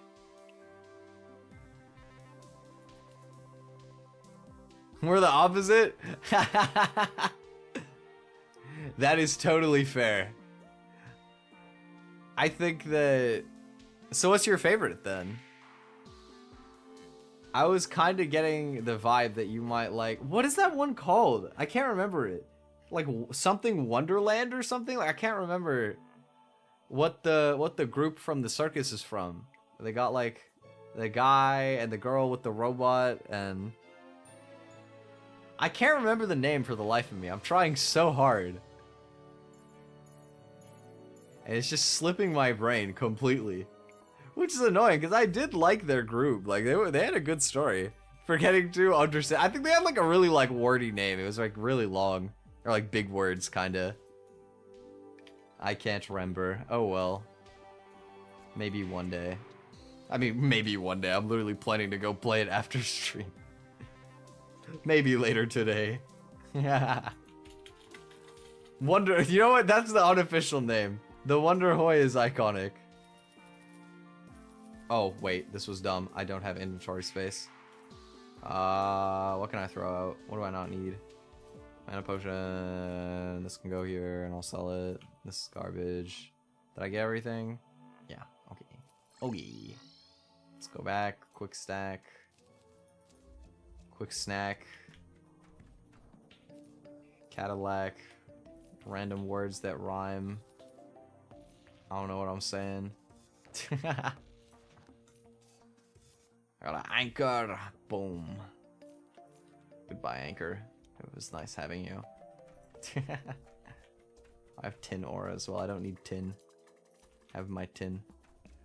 Boop.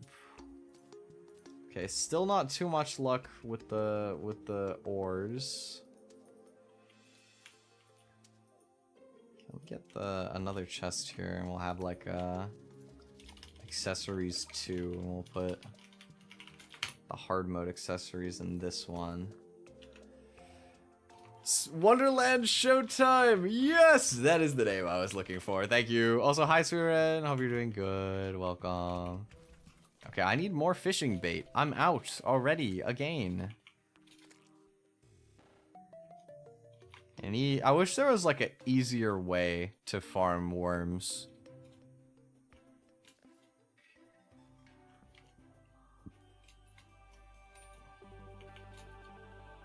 I wish there was an easier way to do it, but oh well.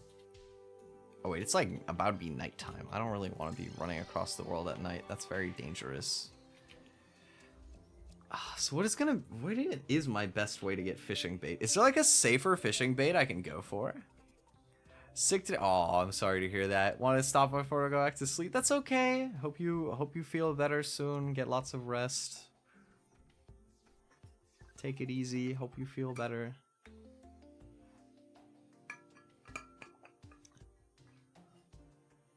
I'm probably not gonna be still going for too much longer myself anyway. I've been a little under the weather. I'm not actually that bad. I've been noticing it when I wake up. Haven't been that bad for the most part. Although I will say my throat feels a little more sensitive today than usual. Also could just be because I was snacking last night though. Very possible.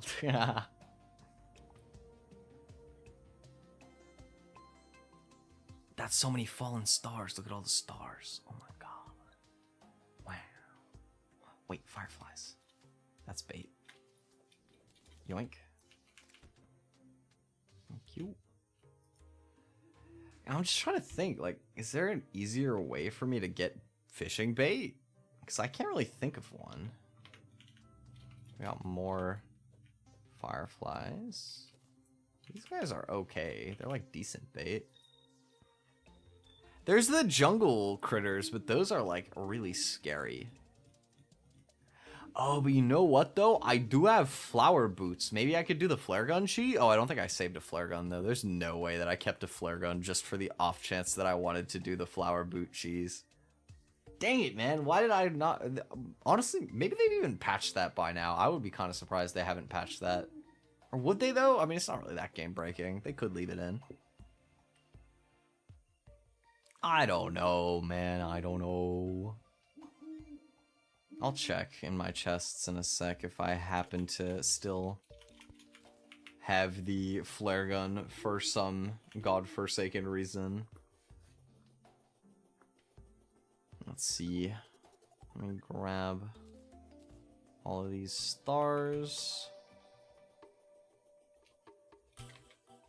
while I can. Put those away. Did I save a flare gun anywhere? I doubt it.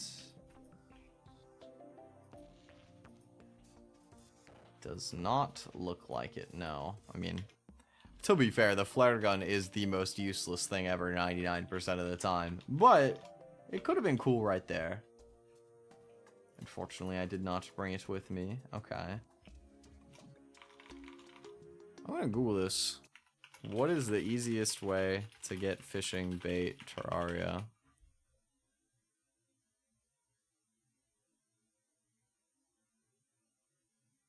I guess you can still do the flower boot thing without cheesing it. Like, you just build like a little like stretch of ground that you box out, and then you do that. I'm very scared to traverse into the jungle here. Where do I have scaled land?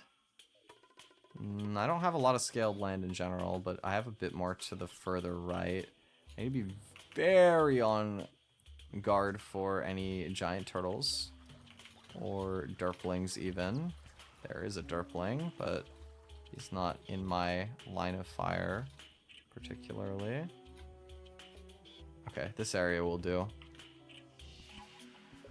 Oh, I need mud blocks. What am I doing? Oh, I'm gonna get mud blocks though, so it's fine. Okay. Need an axe. I need to clear out these trees. There's a derpling over there. It's a little scary because it's approaching very quickly. It's okay. Just box strat, nothing new. We've been doing this at the start of the run. We continue doing it the middle of the run. Hitting with the classic box strat. It's the hardcore maneuvers. We gotta stay safe. Enemy can't hit you if you just stay in box. Sun Tzu, the god of war. I'm sure that was an ancient strategy.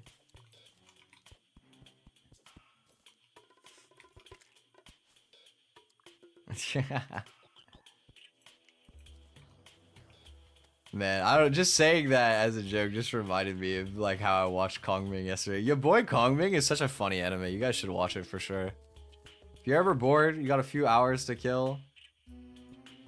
Such a good watch. It was so funny. Because it was like way more cohesive than I expected. I didn't expect it to actually like flow well as a story, but it did. And that's what made it really funny. Okay, so got some mud now. Let's get all of this dirt and turn it into jungle grass.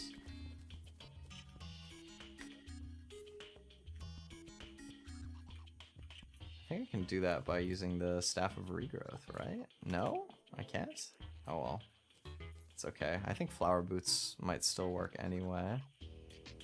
Take the flower boots over stinger necklace for now. Okay, I do need it to be like actual jungle grass, to be fair. Can I break it with the net? No. Okay. So I have to try my best to mine the flowers without killing the bugs. Oh. Is there a way to like break these without killing the bugs by accident with my pickaxe? Because that seems kind of difficult to avoid doing unintentionally.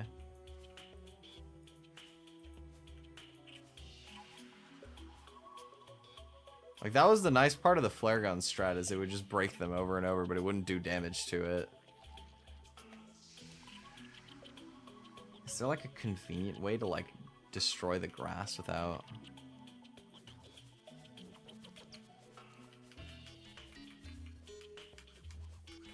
This thing is so fat. I feel like it's just gonna hit anything that I run into. It's also just not even giving me like bait. I swear this strategy is clickbait. It's not like building the right like shrubs that I need. Alright. I give up on the flower necklace strat. That's a lot of derplings above me. But you know what? I could farm them though. If I just like shoot through like a little 1-block hole. Can I not shoot through a 1-block hole with this weapon? Something stinks, bro. How is it that fat? Okay. Flower of fire? That'll work. I had to line up for a sec. It's tough. This one barely can weave through. Can it? Wait, can it even weave through? How was I shooting this before? I had it for a sec, but I can't get it to go through anymore. Demon Scythe? I doubt it. Oh, that one works. Yes. Farm the derplings. Look at all these little goobers just chilling here. I think these guys can drop grapes, which are like well fed. Major? I'm not sure. I don't remember exactly. I didn't get any though. It just dropped me nothing. Rude, if I do say so myself. Oh Hello, angry shopper. Don't want to get hit by that.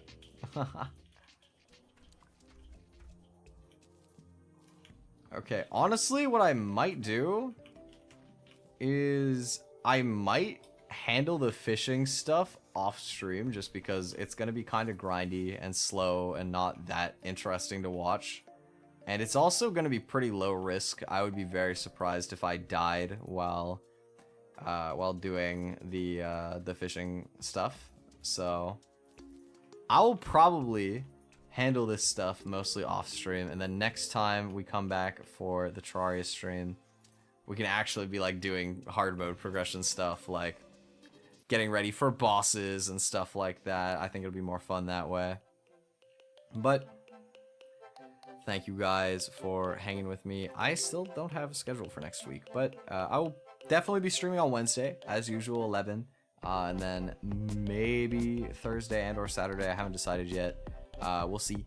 But thank you guys for hanging with me. Hope you have a good rest of your day or evening, and I will see you on Wednesday. Bye.